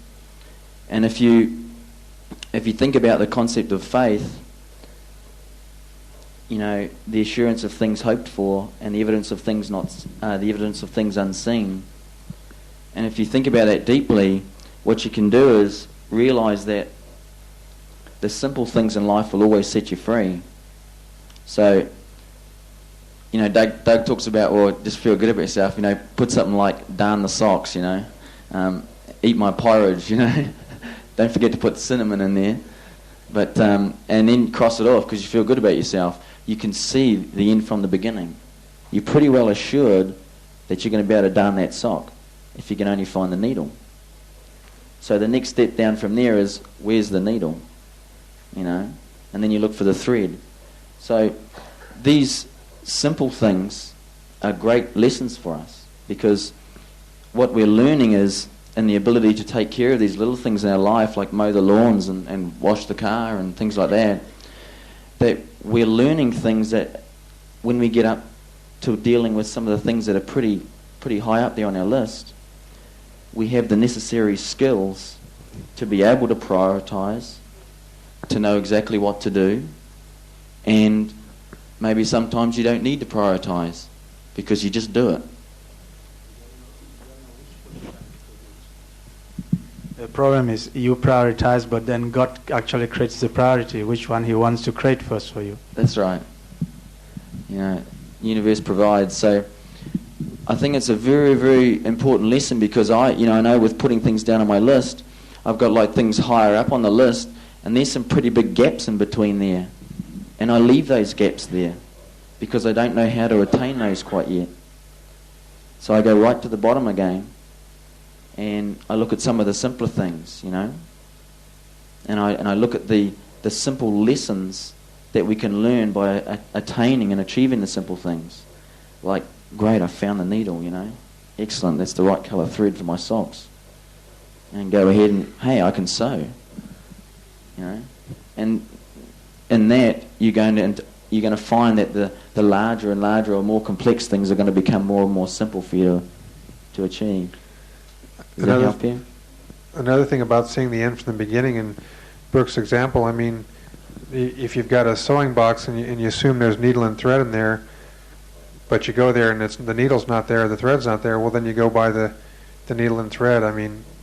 Maybe there's steps along the way that you can't see that you need to take, but when you start moving in that direction, you realize, well, I don't have a needle or I don't have a thread, and you either borrow it or you go buy it, and maybe the first store you go to doesn't have it, and then you go to another store, you borrow it from another person, but there's oftentimes steps that you can't foresee that you have to take, but you don't know that until you start on the journey, and if you just sit there and wonder about it and worry about it and never write it down and never start moving in that direction, you never can see what those steps are until you begin to move it. Exactly. And Doug said, pay your nickel and take your chances, and until you do that, you never know, and you can sit there and worry about it your whole life and never get anywhere, and then you can prove to yourself that it doesn't work if you never do it. right, and these simple things are important. It doesn't matter what you do, but it does matter if you love it while you're doing it. That's right. That's I hear John talking and Doug talking quite a lot all the time. Getting this point across to just unconditionally love and unconditionally forgive whatever comes your way. And as Lewis was saying before, lovingly and willingly endure all things in your life, even the simple things. If you can do it on the simple things, you'll learn how to do it progressively, and as Doug says, gradiently towards the more complex things. The other thing I wanted to say was, in regards to disease or broken bones or whatever they are, and the fact that the body regenerates and completes a whole new cell every year or 7 years, or I've heard different figures on that, but it happens. There's a cycle there for the physical body. That broken bone will, for instance, stay there and be broken, and the rest of the body will regenerate itself within, say, a year's time. On the physical level, what's happening is outside that, in the emotional body, you have a distortion in the overlay, you have a distortion in the emotional body there because we've resisted the very emotions of that experience of breaking that bone. So it's important to realise that even beyond that, it'll go deeper to some judgment on the mental level that we've made or that we've resisted at one time, that we've identified with one end of a duality to the exclusion of the other. So I think when you're trying to apply things to the physical body, what I try and do is work on the other end at the same time. Having faith that sooner or later you're going to get in touch with the things you need to, the judgments, be able to have a greater sense of awareness in certain areas in your life, that you'll be able to overcome emotional resistances within that area. And then for me, it's a bonus that the body regenerates. Like, that's a side effect. Ultimately it's the consciousness change, it's the getting back in touch with the oneness of everything that is really what's the greatest joy that you'll find. Relating that to the list is like the physical manifestation or the physical aspect of taking care of what you need to do within that, say, 10%. That is a very, very important foundation. If you don't... I've done a lot of things like, in years past where I figured I could do it all in my mind. I figured I was fairly intelligent and had a good memory, and I can think of stuff and I can put them down and I can make them happen and bring them out, and I see myself doing it and I work on it harder and harder, and generally most of the time a lot of that sort of thing happens. But there comes a point where there's just no way you can really complete things and understand them fully without having something in front of you that you can recognise with on a physical level. That foundation is very, very important. So that's about all I had to say. I would like to say something about doing something moment by moment and loving what you're doing. Like even if you hate to wash dishes and you go in there and you wash that dish and you're loving getting all those crusts off the dishes and everything. No, this is important because then your life is filled with moment by moment of love. And you look at the whole picture, your whole life is love. And if you're in there, everything you're doing, you wake up, oh, I got to get dressed. You're doing that with resentment. Oh, I got to take a shower. Oh, I got to wash this dish. Oh, I got to do this. Oh, I got to take my pills.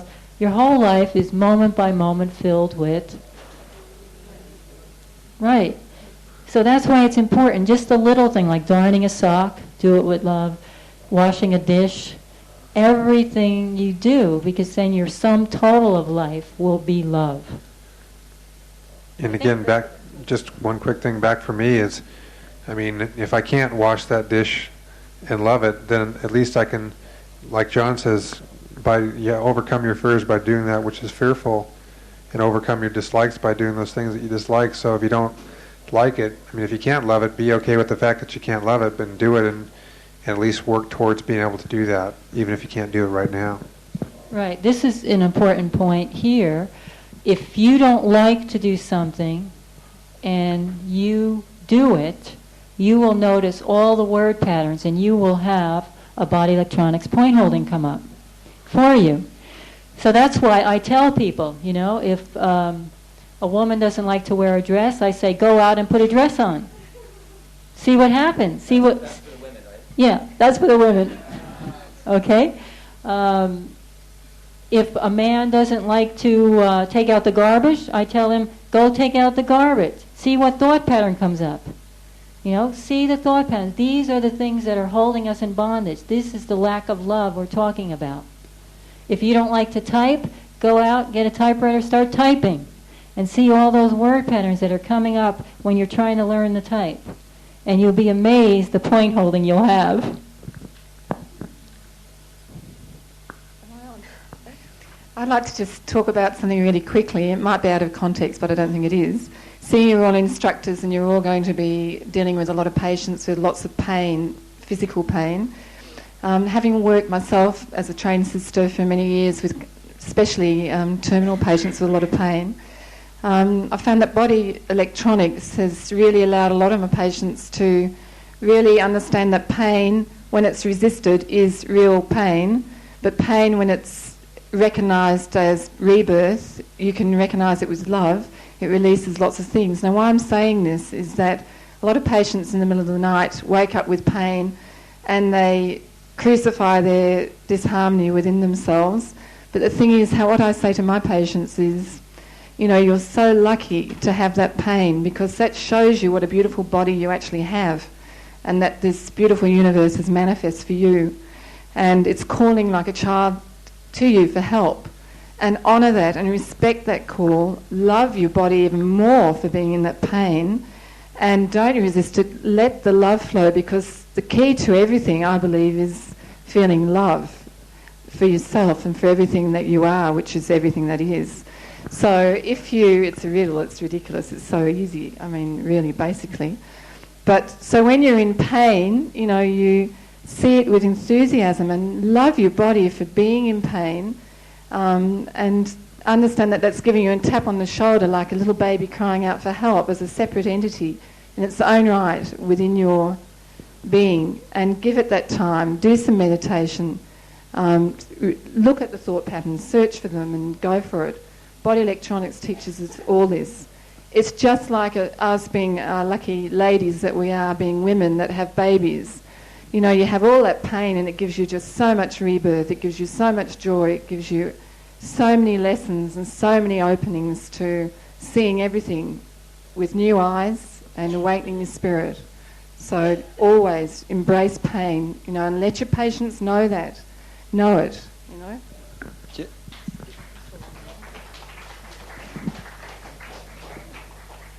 Next time you find yourself in pain, say your leg hurts, your back hurts, just consider something very simple here. What do you think Lewis would give to be able to feel that pain in his legs? What do you think Lewis would give to be able to feel that pain in his kidneys? I mean, just consider that for a moment next time you find yourself in pain in the body and you're not real happy about the fact that you're feeling pain. Just imagine what it would be like to not be able to feel any pain at all.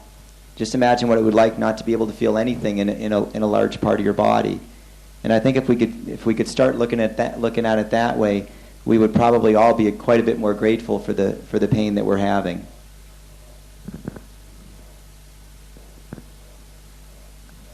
Finally, it's my turn. Patiently, I've been waiting, and I got it. I can still sense that there's in the room a lot of resistance towards the list, and that's why I decided to give you one of my personal experiences with the list, and maybe that would help other people to just sit down, take 5 minutes, 10 minutes, and make a list. I started around 91. I came across through Esther and Helen, who is unfortunately not here, and my mom, and Francis, who was also not unfortunately here, with power electronics. I learned very little, and I said, hey, this is great, and I left to Africa. I spent 2 years there, not knowing anything, just a bit of knowledge of that. Came back, then got in touch with Helen, and everything started. What I can say is I started on the food supplements. I didn't know anything. I just followed my intuition. Okay, this is what I want. This is what I need. I ordered. And then I just say, hey, this is quite interesting. I wonder where I can get more information about where to do it. I just thought of it. The postman came, and there was a letter of Enzymes International with all kinds of instructor seminars, addresses, etc., etc., etc. I looked, wow, that's interesting. But at that period in my life, I didn't have the finance, I didn't have a job, I didn't have the time to implicate it in my life. So I didn't know anything of the list. I just put it in my head, and I kept on thinking every day as I took my food supplements. I would just think of it, and well, one day it will get done. One day it will get done. Then just some time ago, before Janine started in Belgium, I got again an Enzymes International letter with all the instructors, and I said, this is the one, I'm going there. I didn't have any financial way, I didn't have anything. I said, this is the one. I discussed that with my mom. My mom just said, hey, if you want to do it, do it. We didn't know how to pay for it or whatever. And that time still I didn't know anything of the list. Then I got in touch with Doc's book via Enzymes International. And that's how I started, actually. I didn't have anybody to consult, as Esther was in Tanzania. Janine, I didn't know, only Helen. My mom was in Pakistan, so I was basically all alone there. I started discussing with Helen, who I hope few of you might know, and I hope one day you'll meet her. She's a very special lady. That's basically how I started. Then I just made that list and sat down, and I said, hey, I want to do the Instructor Seminar. I didn't know where. That's when Doc came to Belgium, discussed with Doc, and Doc said, hey, look, just think big, do them both. It means Chambersburg and Australia. Well, I can say, folks, I was in Chambersburg, and I am now here. And I don't know why exactly, but you're probably the only person that I said that to. Because everybody else in Australia, in Africa and Belgium and everything else, if they asked me that, I told everybody else, go to Australia. Like, if you can go to one or the other, go to Australia. I think for some reason I told you to go to both. Which brings me up to another point. That's that place where I'm very, very grateful to God that I had the opportunity to go, because that's where I met Louis and Vida, and it really changed my life. Totally. I remember the first day I just saw these two guys down the hall. I just arrived. I was in a major jet lag, and I just came walking down the hall. Hi, I'm Tarek, and they were just looking both at me. I had my half eyes open, closed, and just shake his hand, and I said, oh, I heard you brought your water filter. That's the most thing I was concerned at that moment, because I was really dying for water. And he has a reverse osmosis filter, that's why. And I can say I've been with Louis, spending some time with him in Chambersburg, and to me, spending time with Louis, you really start to see how grateful you should be to being alive, and how you should take care of thought patterns you create, because, I don't know what he thought or he created to have this beautiful experience he's having now. And just by talking about pain and things like that, it's totally true. Like, when I'm going through pain in the body, I'm really being glad to feel it, because since I've been spending time with Lou, you can really see that there's no nerve supply to a special area, so there's no pain there. So even if he would be hurting himself, he doesn't know it unless we see blood or something. And I think that would be good for some people to really think about. Thank you.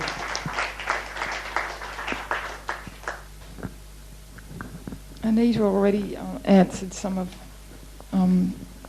my question previously, just maybe 10 minutes ago while I was standing here. But what I wanted to talk about was the negative dialogue. And I'm in the process of attempting to deal with my own negative dialogue. Years ago, I didn't resist it all, I was just right into it.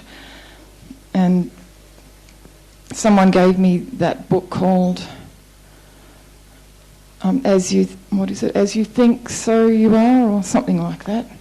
And I read that and I was annoyed at them because I thought, I can't do this. I've got no way of doing this. I could appreciate it, but it was just so far beyond what I thought, was possible for me. Anyway, so recently, I still have negative dialogue that I'm aware of, and then I find myself resisting that. Because resisting my own negative dialogue, I don't want this anymore. And so then I decided, well, that's not the way to go, because then I'm making it worse. And I have to find a way to deal with it positively. And I was thinking, as a negative thought pattern comes up, like, well, say I'm tired, that's a good one, I feel tired, that immediately I could replace that with the duality and just see them, in the moment. But I think what Anita was saying is even better. Make a body electronic session out of it, that would be better. Yeah. When you're doing something in life that brings up these patterns, you can think back to when you felt like that before. Like if you're taking out the garbage and you're getting all these word patterns, why do I have to take out the garbage? I always have to do these dirty things, whatever's coming up. Look at when you felt like that before and just make it into a body electronic session almost, like as if someone's holding your points. And then you might even want to sit down and, go through the word pattern if you want to, somewhere that you're having about it. Look at the memories, and then when you get to the place, look at the duality, and poof it. I've been trying to do this, and I think once I got it to enthusiasm, but other times I haven't got it to enthusiasm. And I've been in a situation of going over this negative thought pattern, and I'm wondering if I'm actually going that way or that way. Dragging myself down into it more. If I haven't gone to enthusiasm, then where am I going? Stuck. Are you putting the love there when you're doing it, when you're doing the actual action? Are you trying to come from a place of love and not a place of resistance? I think by keeping your main goal in view, like what you put at the top of your list, if you're doing everything for God, you're doing everything for your progression, then you don't see these little things as hard things to do, negative things to do. You just see them as another step in your progression toward releasing the negativity that's within you. It's actually good in a way because it's showing you that negativity that's there. Yeah. You can now see it. Before you were going around doing it, you didn't even see it. Yeah, and you thought it was okay. You thought it was a part of you that you should be running around saying these negative things. Now you're seeing that you have the negative words coming out all the time, creating this into the atmosphere. Right. Right. But it's not to resist it, just to be aware it's there and then to work with it. Work with it.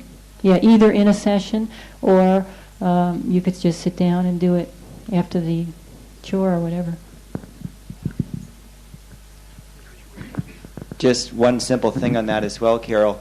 A statement John makes in one of the books, I think it might be the first one. How can we repent of something we can't even remember? How can we repent of something we can't even remember? You can't overcome something if you're not even aware of it. So when things come up, count it a blessing, because they were already there, we just didn't know they were there. And the very fact that we're starting to become aware of them means we're heading in the right direction. It's now possible to do something about it. I'm really pleased to be talking about the list today, because we touched on it quite early on, and then I thought, I wonder if we're going to talk about it, and so I'm really pleased about that. And I haven't actually made a list, but I realise that I've done a lot of things towards where I'm heading, and we haven't quite touched on what I would like to mention, which is about 5 years ago I made some changes and made some choices and made life a lot more simple.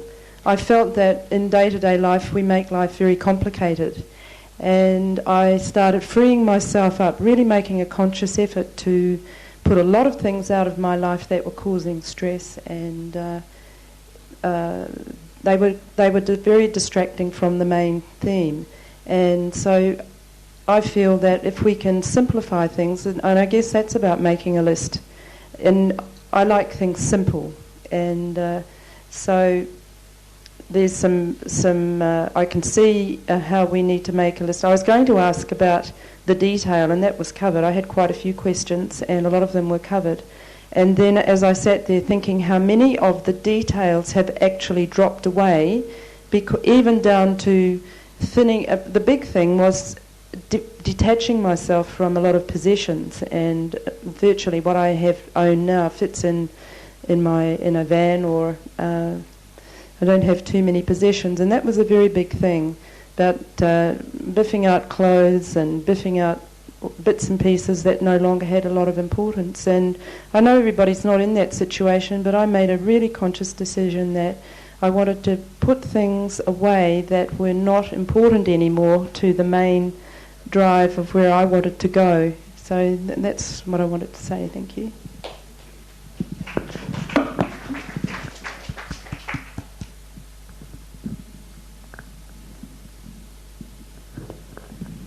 Well, this is not really about the list, but because we were just talking about holding points just now, some people have mentioned the universe holding one's points. Could somebody talk about or say something about that? That's what's happened when you're not on the table. One of the best things about the universe as a point holder is it never slips on the points, and it keeps the pressure up very, very, very well. Basically, everything becomes a point holding. And what Anita was saying, I mean, if you go about doing the program a lot and intensely, you're basically everything is constantly what's happening in your life. You start having these resistances come up and these things that you don't understand. I mean, a lot of times things get more confusing before they get clear, and that's certainly about where I'm at now. And everything becomes a point holding session. Everything that you do, everything that happens to you, or seemingly happens to you, turns out to be something that you can use as a point holding session, or as a way to look at that resistance. When have you felt that way before? And you get to the point where you can't always just sit and hold the body still, because it's happening all the time, no matter what you're doing. You're driving in the car, you're talking on the phone, you're doing anything, and that becomes a way to sort of work stuff through. And it just happens all the time. To me, anyway, it happens most of the time. And it's just a matter of whether I can actually be disciplined enough to work through it, or become hologramic where I can go through my healing crisis and still, function the rest of my life as well. Yeah, what I do when these things happen, you can write them down, like if you're getting a specific word pattern on a particular thing you're doing, you could write it down and then use it in your session when you have a body electronic session, or you can just work through it. If you have the opportunity, then just sit still and work through it, through the word pattern. And it's just everyday things happening that you fall out of love. Whenever you fall out of love, you're in resistance. So just catch yourself during the day. Or you just ask yourself, am I in love? Am I loving doing this? Am I loving reading this book? Am I loving writing that note? Am I loving drinking that tea?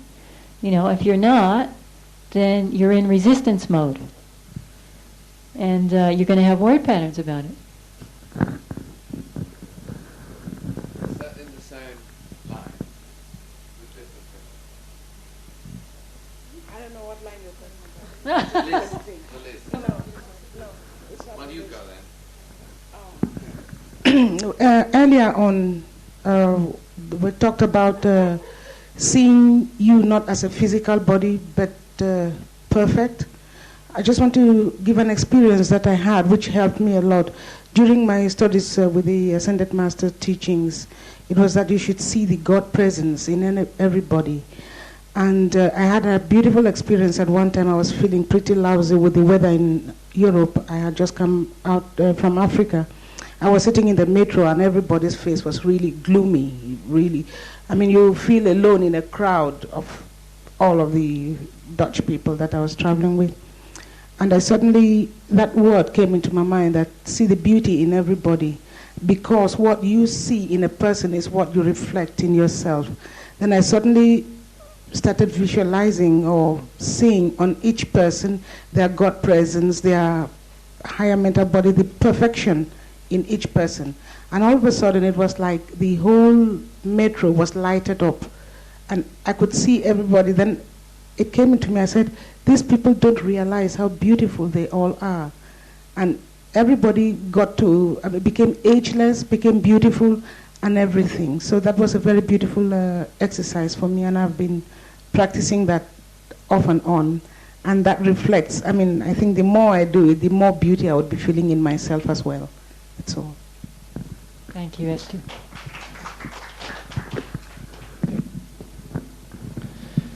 Now, I have a completely different aspect to add to the list as such, because as long as I remember, I've always made lists and lists and lists, and they got longer and longer and longer. I've got lists of my lists, actually, absolutely. Now, the trouble with me is being quite a workaholic and an impatient person. I always like to get things done as quickly as possible. So with my lists, I found my... I can't relate to that at all. No, you can't. Sure you can. Now the thing is with me, of course, I work myself into a stress situation with this even sometimes, because I saw all these points and wanted to do them all in that one day. So I don't know what to do about that. One of the statements that Doug made to me or to a class last year was to be a grounded visionary. You sound like the kind of person that's kind of firm on the firm ground, where you can deal with the things that are right there that you can take care of right now. And I think it's important to be able to be grounded and take care of the things in the here and now, but also shoot for the stars and have a lot of goals that are things you can't get to right now. And ultimately, if that pushes your buttons, well, then it's just what Vivian was talking about, and the universe is holding your points again. Yeah, and I would like to reiterate what I said. It's not so important how many things you do in a day. It's important that you're loving what you're doing. Yes, I know you love them, but when you're rushing from this thing to that thing, you're not in a state of love.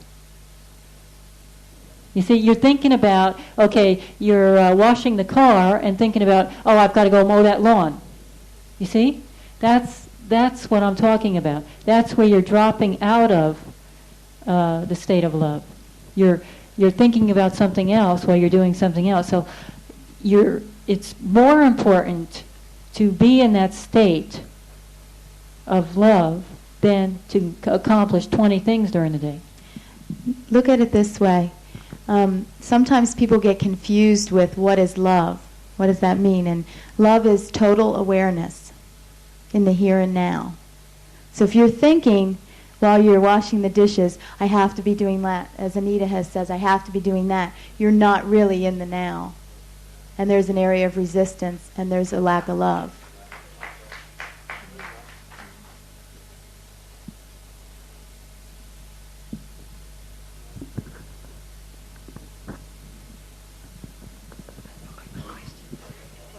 I'd like to make sure I understand the list. I've kept lists all my life, and I make a list virtually daily. So I don't believe I have resistance to a list, but I think in a spiritual inquiry, when one knows I'm not the body, the emotion, the mind, in a colloquial sense I'm using that, then I am that. And once I know I am that, to me, is there anything else than aligning my life with the love that I am? And I don't see where I need to consult a list for that. Okay, a couple things here, Tom. The purpose of the list is really quite simple. We're cleaning up our own messes, putting order into our own life. In a lot of ways, what your list is, it's your own karma. It's your self-assessed karma, because you're looking back over the past and you're doing everything you can to make things right and clean up every loose end. You're also looking ahead to the future, where you're going about it in the sense that you've got your feet on the ground on the one hand and you're taking care of things that are right in front of you, but you also have your head in the clouds at the same time. You're reaching for the stars and you're seeing all the things that are out ahead of you to do. A lot of people will say, well, why do I need to write all that stuff down? And the reason for that is very, very simple, because you'll never, ever see that stuff as soon as you go into healing crisis. As soon as you go into healing crisis, we all withdraw, we all contract, we all cloud over. The clouds come. Yeah, the clouds come in, and you just can't see the sun through the clouds. So you have the list there, and you go back to it. And some days when you just don't have it within you to have your head in the clouds, we'll just go right down to the bottom of the list and start worrying about washing the car and darning the socks and that sort of thing. Because if you really understand the list properly and you're doing just one list, not a bunch of lists, you may have sub-lists in certain tasks, but you've got an overall list, and it's a continuum where, down at the bottom you might have darning your socks, and up at the top you might have making your ascension. But the thing about it is it's still a gradient. It's a continuum.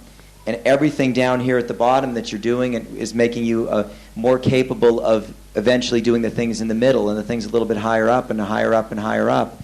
It's all part of the same package. So if we really understand the list, there isn't any difference between working on the bottom of the list and working on the top of the list. It's all just things that we've decided we're going to work on. And the way I've perceived it, if I can lay out my list before me and really read through the thing, what it's showing to me right now is my current perceptual limits. This is as far as I can see. I can see these things down here at the bottom that I know how to do them, I'm capable of doing them, I just haven't done them yet. I can see these things a little bit higher up in the list that I'm aware of, and I'm pretty close to being able to do them, but I'm going to have to take care of these things down below here first. I can see some things a bit higher up on the list that I really don't have any idea how I'm going to do just yet, but I have the faith that I'll eventually get to them. I have the faith that they're for my highest and best good and that I'm eventually going to move to them. And you keep going up higher and higher up the list to where there's these things that you really have no idea how you're going to do. I mean, say you have ascension up somewhere near the top of your list. We don't really know all the steps we're going to have to take to get there, but we do know we're going to have to take care of darning our socks and washing the car and all these other things just to eventually get there. And when we eventually get there, the thing to realize is that thing way high up in the list, when we finally do it, it won't be any more difficult than darning our socks is right now. It won't be one bit more difficult when we finally get to it. And it's a way to kind of look at what you want to do in a year, in 5, 10, 20 years. For me at least, without a list, it was a lot more difficult to see where I wanted to go. And now I have a much clearer idea of where I want to go. And like Doug was saying, and Maggie, when you're in a healing crisis, it's just there. You just can't see the end of your nose. And with that list, it certainly helped. Well, some of us anyway. And anyways, it helps to see where. At least for me, it helps me to see where I'm going. Even when I'm so wiped out, I can't think of how I'm going to get through the day. And like, for instance, if you have ascension on the top of your list, you can start doing little things like giving up on onions and garlic. And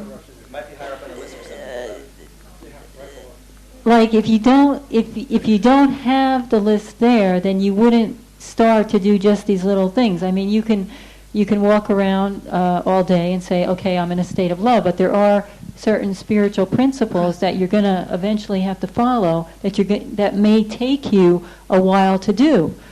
Like just the simple thing of onions and garlic. I mean, there's a tremendous thing with that. I mean, it's only 6 weeks we're going to be here, and there's people in this room that still want to eat it. So you can see the time it takes for people to work through just a little thing like that on your road to the ascension. I think that if we are in a healing crisis and we are identified with that experience, we don't know who we are. That's a given. Sorry? We don't know who we are before the healing crisis either. I mean, not knowing who we are is part of the package right now, Tom. Is it? Absolutely. All of us. The ones I'd be most worried about are the ones who think they know who they are.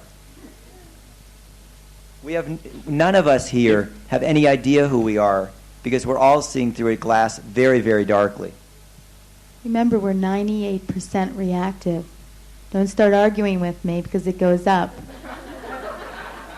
Yes, but what we're talking about is speed of perception. If we're in a healing crisis, right, and it takes us, say, 5 seconds to know I'm not this pain or this body or whatever it is, reaction, if I have that speed of reaction, the body will sob, and then a few seconds later, I know I'm not this body, I'm not this grief or whatever scale we're talking of. And then we go into another level of it in another healing crisis. Yes, the 49. Right, that's fine. But what I'm saying is that, to me, in my experience, it's about the speed of my perception. If it takes me 5 minutes, it's very different to 5 seconds. If a loved one dies, the body will sob. But of course, it's a matter of seconds or minutes or days, depending where we are, our speed of perception, before we realise that death is an illusion and there's no need to have this reaction. But it's not the body that's we make, the body isn't sobbing all by itself. I mean, there's the level. That's the lower self. I mean, we're not our body. That's right. I'm sorry. That's right. But if we have the speed of perception, we don't maintain this illusion. But that speed of perception certainly can change dramatically too, depending on where we're at. Yeah. What I suppose I'm dealing with is there's only now. And if I give credence to time and space, I'm giving credence to an illusion. But, I mean... So if I do this, that will happen. I mean, this is the load that we carry. This is one of the basic illusions that we live with. If I do this, that will happen. There is only now. Sorry, not that will happen, I'll create that. Yeah, that's another phraseology. But the thing, too, is that there is a duality. I mean... Ultimately, we want to be where we're not, that we are part of time and what am I trying to say here? Wanting to reach a point where we're not part of that is maybe a goal, but we're not there yet. So looking at the duality that maybe where we are is where we ultimately don't want to be. I mean, we're not where we want to be right now, right? So is that true? Is that actually true? Well, I mean, if I have ascension at the top of my list, I mean, I obviously haven't ascended yet, but it's somewhere that I want to get. So I need to deal with who I am, what I'm being right now. That's part of my reality. I mean, for me, being disabled is part of my life right now. I can say I'm not my physical body, but this is what I have to deal with right here and now. This is where my lessons are. This is what I have to do to get to where I want to be, wherever that is and whenever that is. I'm not there right now, but that's part of where I'm at now is part of what I have to do to get there. Okay, there's a little bit of middle ground here that we need to consider. On the one hand, we can put ourselves into a position of denial of where we actually are, which doesn't really do us a bit of good. If we refuse to acknowledge the current reality, then we're resisting it. I mean, the very fact that we're not aware of it is a sign of rather intense resistance, which means we're only going to perpetuate that very thing. So on the one hand, we do need to acknowledge where we are right now.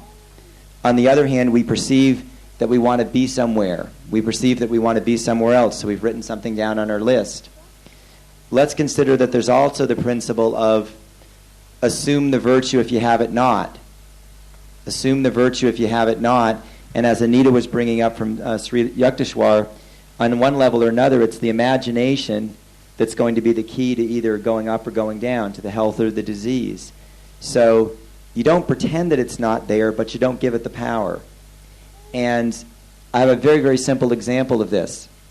Now, if I can get a little personal, Louis, which I will.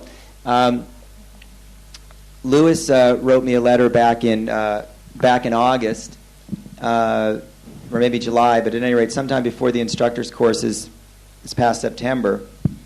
And one of the things that Louis asked me in that letter, which I'll share here, is he asked me what I thought about him being an instructor, what I thought about Louis teaching. And what I would say is this: a lot of us in our own mind, we see something outside of ourselves. We see something that's way out here, and we're not pitching ourselves as being that.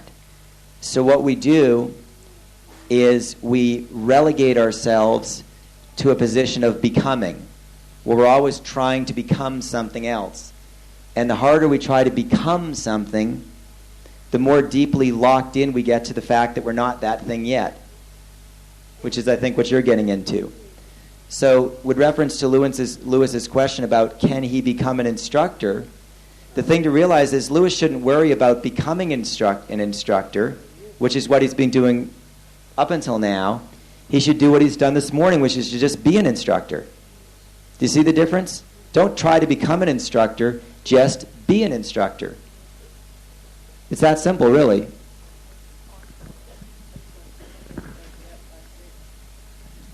I've been waiting longer than you, John. But I used to live my life, by the philosophy, just expose myself to the risk of allowing something to happen. Right? And there's room for that, I still believe, in my life, right? That, to be spontaneous and just go with the flow, that's an important thing. But the list is not just a pivot point that I can turn to when I'm in a healing crisis. Like the list is something that allows me to navigate. It's like that old saying, when a ship misses the harbour, it's very seldom the fault of the harbour. And it's like that if I think that I don't have to have a list, well, really, I've got both feet planted firmly in mid-air, because, it is the thing that just keeps me on track. And I know Gavin could relate to that one, being an old fisherman, eh? It's so that the list is just so much more than just something I can turn to than when I'm in a healing crisis. There you go, John. Thank you. I was going to ask the question about what about the belief that I have about living in the now, and so you've covered that to a degree, but it's like to be intensely in the moment and feeling the love that we are and the love that we have, and I know that we all slip in and out of that, and so that's the other concept of it, that's the other side of it, isn't it? And so that was my question, was about really being what you've just been talking about, being what I feel, and like Lewis. What keeps us out of being in the now? What keeps us out of being in the now is often the belief that we aren't really. It's the resistance. Yeah, the resistance. The resistance is the thing that's keeping us out of the now, because as long as the resistance is there, we're not really seeing what's here and now. We're seeing, it's basically the past, the resistances that we're hanging on to are overshadowing the present to where we just don't see what's really there. So as long as the resistances are still there, as long as they're still locked into the crystals in the body, it is really impossible for us to be in the now fully. We can only be in the now to the extent that we're being non-resistant. And you can't just decide to be in the now. And that's a good start, decide to be in the now. But it's not quite that simple, because you can't see what you can't see yet. You still have to go through the resistances in order to see beyond them. Yeah. And that does take time. That does take some effort there. Yeah. Well, it's about being like Lewis, not becoming, but being, and keeping in that. Yeah. Lewis? Derek?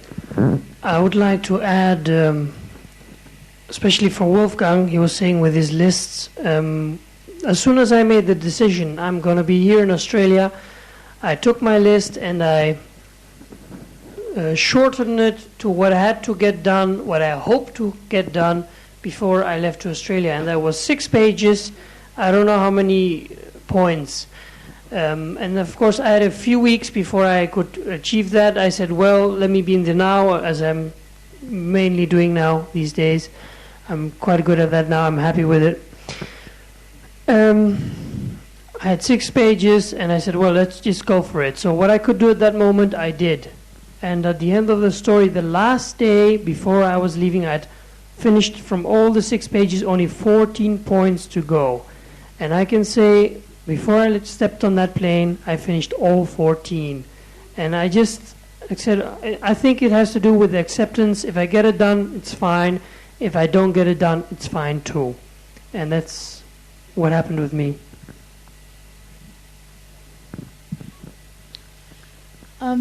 Just consider something. We chose to come here to play the game that is available to us in this planet. And part of that game involves the different bodies, which include the spiritual, the mental, the emotional, and the physical. And we can have a spiritual concept out there, and we can intellectually think it and believe it, and we can emotionally have the desire. But when we write it down, we're putting it into the physical world. Into action. Into action.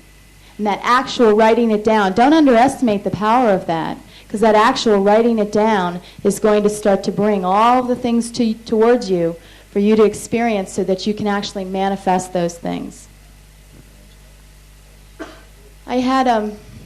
I've often heard John and Doug teach this phrase that Michelangelo said, which is, trifles make perfection, but perfection is no trifle.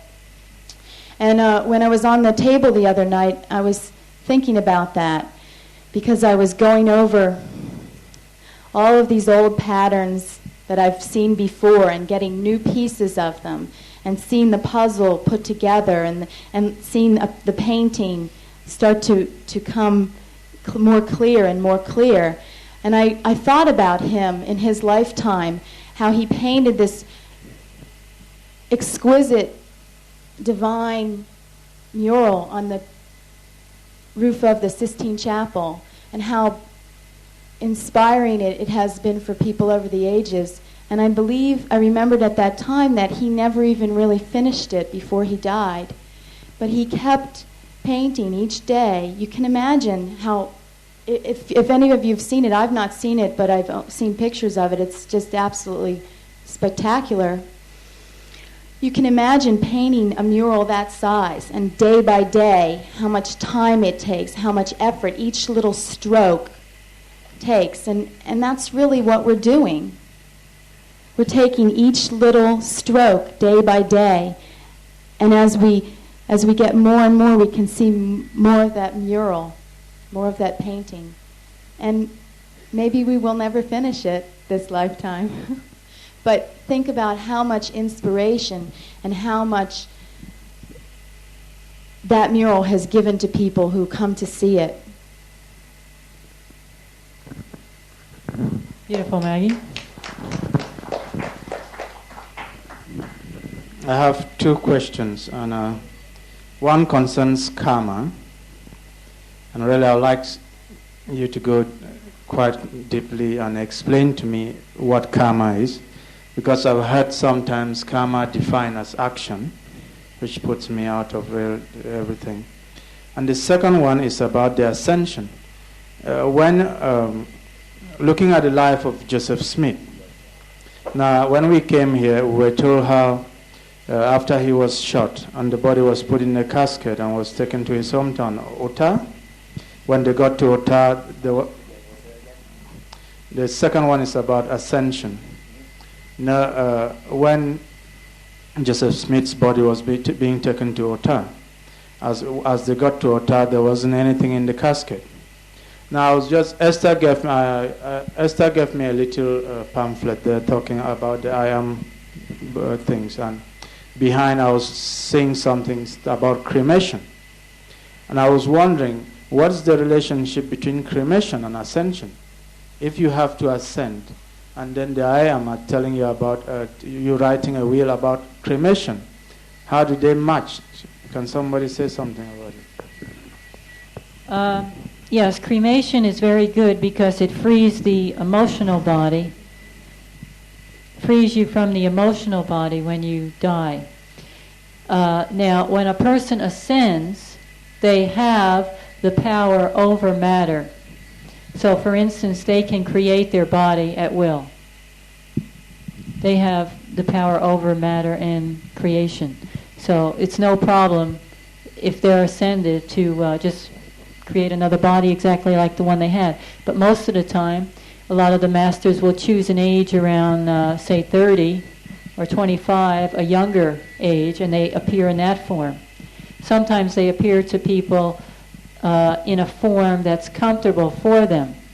They can appear as an older person if that person relates to that, or even like the Blessed Virgin Mary, she has appeared even with black skin. In the Madonna of Chenstohova, she has appeared with black skin on. So it's no problem. If you have reached the ascension to the ascensional state, you have the power over creation, and you can create the body you want. Bear in mind also that there will be certain individuals, like for example Saint Germain, he asked his teacher one time, well, you know, when am I going to make my ascension? And he was told that he already had 15 years earlier. So there will be certain individuals where the ascension happens, you know, and they didn't even know it happened. There will be others, and you can read about this in the first couple of books of the I Am teachings, who will make their ascension where they're quite aware of it as it's happening, and they've not died. The body has never actually died. Yet there will be other individuals who their ascension will be in the form of a resurrection as well, in the sense that the body will have first perished. You'll take Jesus as a prime example of this, Joseph Smith, and many, many others who at Yogananda, others whose body has actually perished. So they've gone through not just the ascensional process, but the resurrection as well.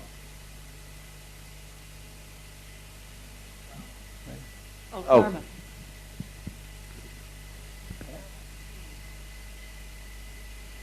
Want me to start or you want to start? Go for it. Well, when you think about karma, I think you have to not look at it as a nitpicky thing, you know, like I did this to so-and-so in this life, and so I'm going to get it back. Yes, that's true. But I think if you see it as a broader issue, like say, for instance, you know someone who steals, and you know they're a thief. I think if they work through their problem of stealing, that will erase the karma in the future lives. You know, I don't think you have to go back to every single person you stole from in every single past life and give them back their what you stole from them. But working on the whole issue and really understanding it within you and forgiving yourself and forgiving those people and making things right in this life with it, you deal with that issue. Karma, that's how I see karma. Karma is cause and effect. There have been things that have been set in motion in the past, whether by our thoughts, our words, our emotions, our actions. There's things that have been set in motion. And what we experience in the present day, here and now, is largely the effect of causes that have been set in motion in the past. Some people will have, as Anita has said here, some people will have a very nitpicky or limited concept of karma, And if we keep it at that level of justification, which is an eye for an eye and a tooth for a tooth, you killed me, so I'll have to kill you, that sort of thing, then karma is never ending. There's no end to it. I mean, if it goes at that individual level where everybody who's stolen something is going to have something stolen from them, and on and on and on, then it's never ending. The wheel of birth and rebirth is just going to keep turning and turning and turning, and it's going to get more and more complicated. So we have to consider with the overall concept of karma that, yes, you do have that, to some degree, that level of an eye for an eye and a tooth for a tooth, where there may be certain experiences that you will have to have as a result of things that you've done in the past. But on the other hand, there are broader concepts here and broader or higher principles that encompass that level of karma.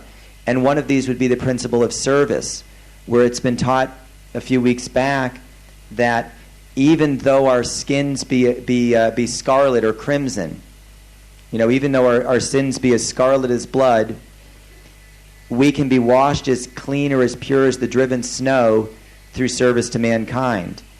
And that's going beyond this concept of justification and an eye for an eye, a tooth for a tooth.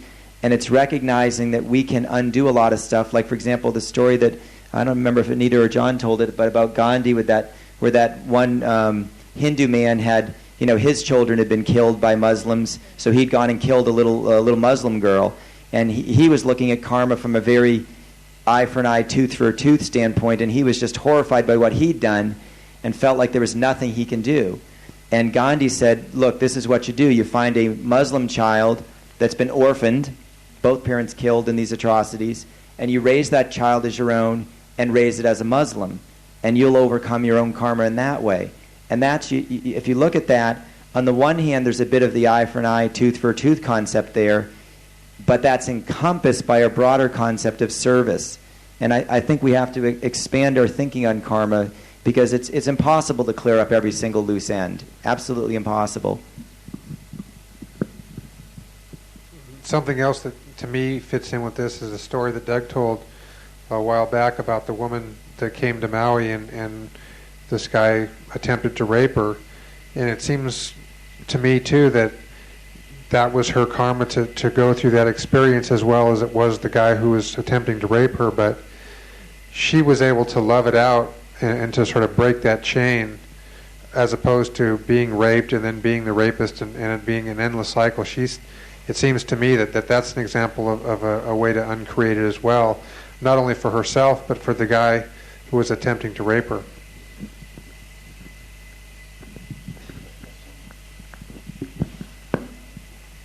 Thanks, Anita. In relation to the issue we're talking about, who am I, insofar as it's indescribable, it can be approached by what I am not. And in that way, I'm quite happy with what you said. If I was to say, for example, I like chocolate, I've had chocolate before, and there's some integrity in my saying, well, I know what it is, and I want it. If I was to say, I want enlightenment, to me there's no integrity in it, because if I am enlightened, I don't want it. And if I'm not enlightened, I don't know what it is. So I could say with integrity, I want to be free of unenlightenment, or I want to be free of unhappiness, perhaps, in more common parlance. Now, therefore, in relation to ascension, where is my integrity in saying I aspire to something I don't know? It's an act of faith. It's the assurance of things hoped for, the evidence of things not seen. You're acknowledging, like, for example, if a person has that on the up towards the top of their list, they're not in any way, shape, or form saying that they know what it is just yet. We all of us here have certain intellectual constructs about what exactly ascension is, but obviously none of us really know what it is. I see no incongruity in that. I see that we're all capable of evolving. We all know, right here and now, every last one of us hopefully knows things that we didn't know a year ago. We know things that we didn't know 10 years ago. We understand things that we haven't understood in the past. So I feel it's just an extension of faith to say, well, here's some things I don't know about yet, but I'm going to do whatever I can to find out, and I'm going to do whatever I can to have those experiences. So to me, that's not, you may perceive that as a lack of integrity, which is certainly you're right, but to me there's no problem there whatsoever. It's just recognizing that life is a process of evolution, hopefully. For many people it turns into a process of involution out of refusal to love. But if we can learn certain basic laws and apply those laws, we can move up the evolutionary pathway to progressively higher levels of understanding where we encompass more and more of what's going on, and we can come from a position of faith and say, yes, I don't know this now, but I'm capable of it. I'm a God in embryo. And we can look at it that way. Since I know nothing, I can't deny that.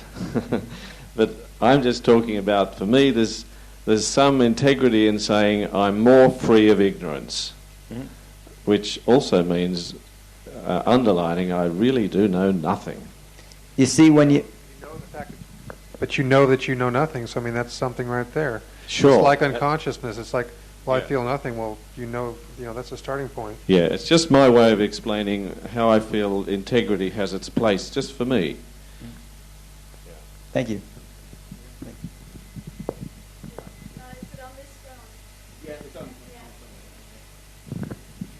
Yeah, I can see what Tom's talking about, and I think to me, like extension, well, I can't even say the damn word. Graduating is not a big deal. It's like it's sort of I think if I was in a place where everything was perfect, how long would I want to stay there? No, not long, because there'd be no challenges there. There'd be nothing more for me to do. Okay. So it's like, is anyone going to tell me that like Saint Germain and these people have stopped evolving? No way. No. Well, so this sort of mythical line, graduation. I can't even say it. Ascension. You finish one game, and you move on to the next. It's like climbing a mountain, and then the clouds clear back, and then there's another mountain range beyond, and so it's like I feel that each one of us is perfect. Sometimes I mean, no one can be Doug Morrison better than you can be Doug Morrison. No one can be Peter Downs better than I can be Peter Downs. I don't think everybody else wants the job. No, it's true. If all our troubles were hung on the line, you take yours and don't take mine. Yes. And it's like, so I can, just getting back to what Tom was saying, it's like there's integrity in saying I'm evolving, but to put this mythical thing on top of the list, extension, whatever, graduation, it seems like it's making a big deal out of something that's ongoing.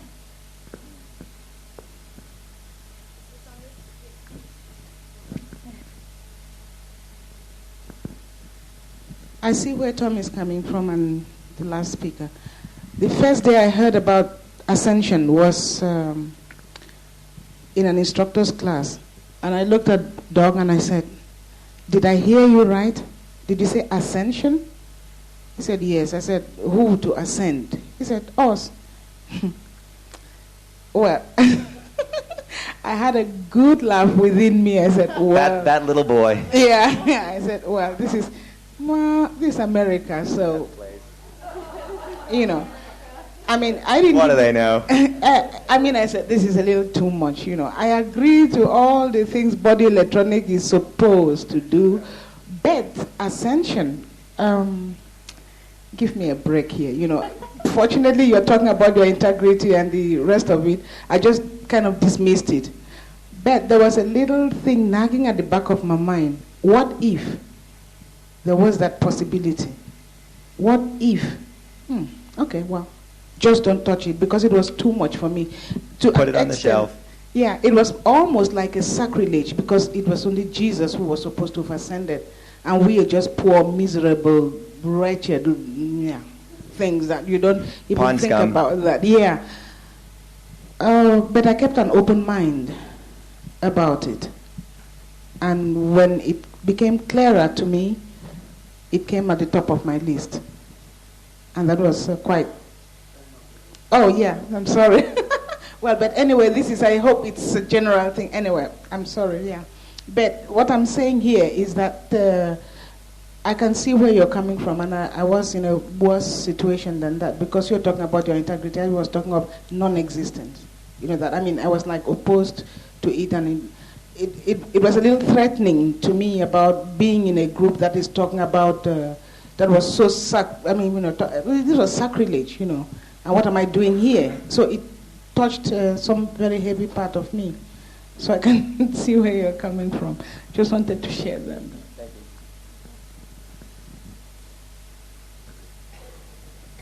you. I'd just like to say that I am always is.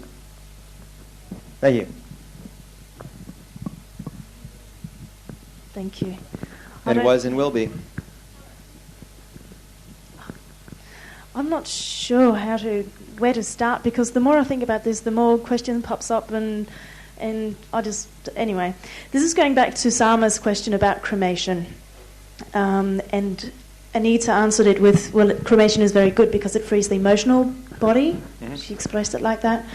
So what does the spirit consist of, and on which level is the karma created? Like, if we lose the emotional body in the cremation, then I'm not sure I understand. Can you You're freeing it. You're not. Freeing it. Cremation is not overcoming karma, but it's freeing the emotional body from further identification with the physical body, and it allows one to go on and start to get recycled and get ready for the next round. By cremating the physical body and returning it to the dust of the earth, one's on the physical level, one's essence is no longer there, and this frees the emotional body to where that can move on. It doesn't disappear. So the emotional and the spiritual and the spirit go together, like the soul, are they? Say that again. The emotional that is freed, that goes with the spirit. Are they together? Until it's overcome, yes. Until what is overcome? The resistance within it. You're not dissolving any karma by cremating the body, but you're liberating the emotional body so that you can move on and and get ready for the next game. I'll go and think some more. Okay. I think at this point, unless Lewis is, or do you have something, hon? Sometimes when a person dies, especially if there's a great resistance, to that death and dying, if they haven't freed themselves, if there's a lot of pain or there's just a lot of holding on, then that emotional body can stay with the body because it doesn't want to leave, even though it's dead.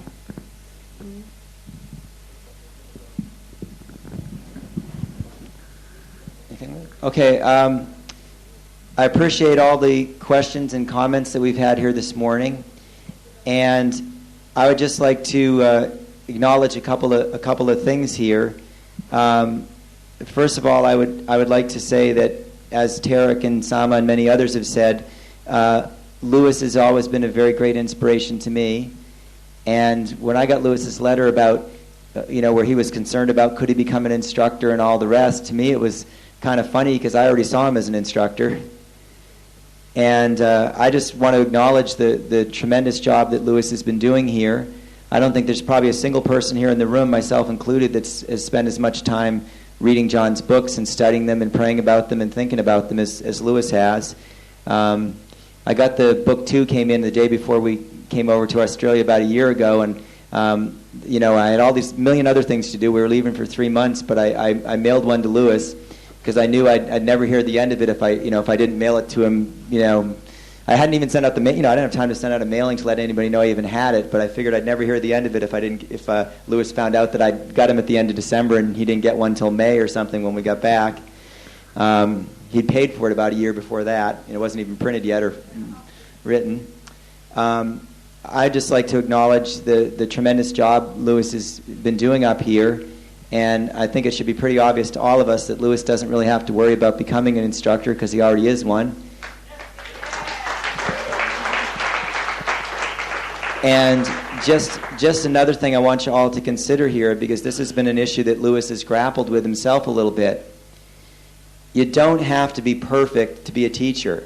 I mean, that's a very good thing because I'd be out of work otherwise. All of us would be, truly. So the thing about it is that if we look at Lewis, or Lewis looks at himself and he looks at some of the struggles that he had, these are not things that are going to stand in the way of him being a teacher and a source of light to others. These are the very experiences that are going to make him what he already is right now, one of the best teachers out there. And I don't say that to slight anybody else, but I think Lewis is doing an absolutely marvelous job. And I, in my mind, I can see Lewis traveling all over teaching seminars and doing an absolutely fantastic job. And I just wanted to say that. Okay, I guess we're coming up on about noon, or the lineups are okay. We don't quite have the lineups ready. Mag's been working on the lineups here this morning. Yeah, thank you, Sakara.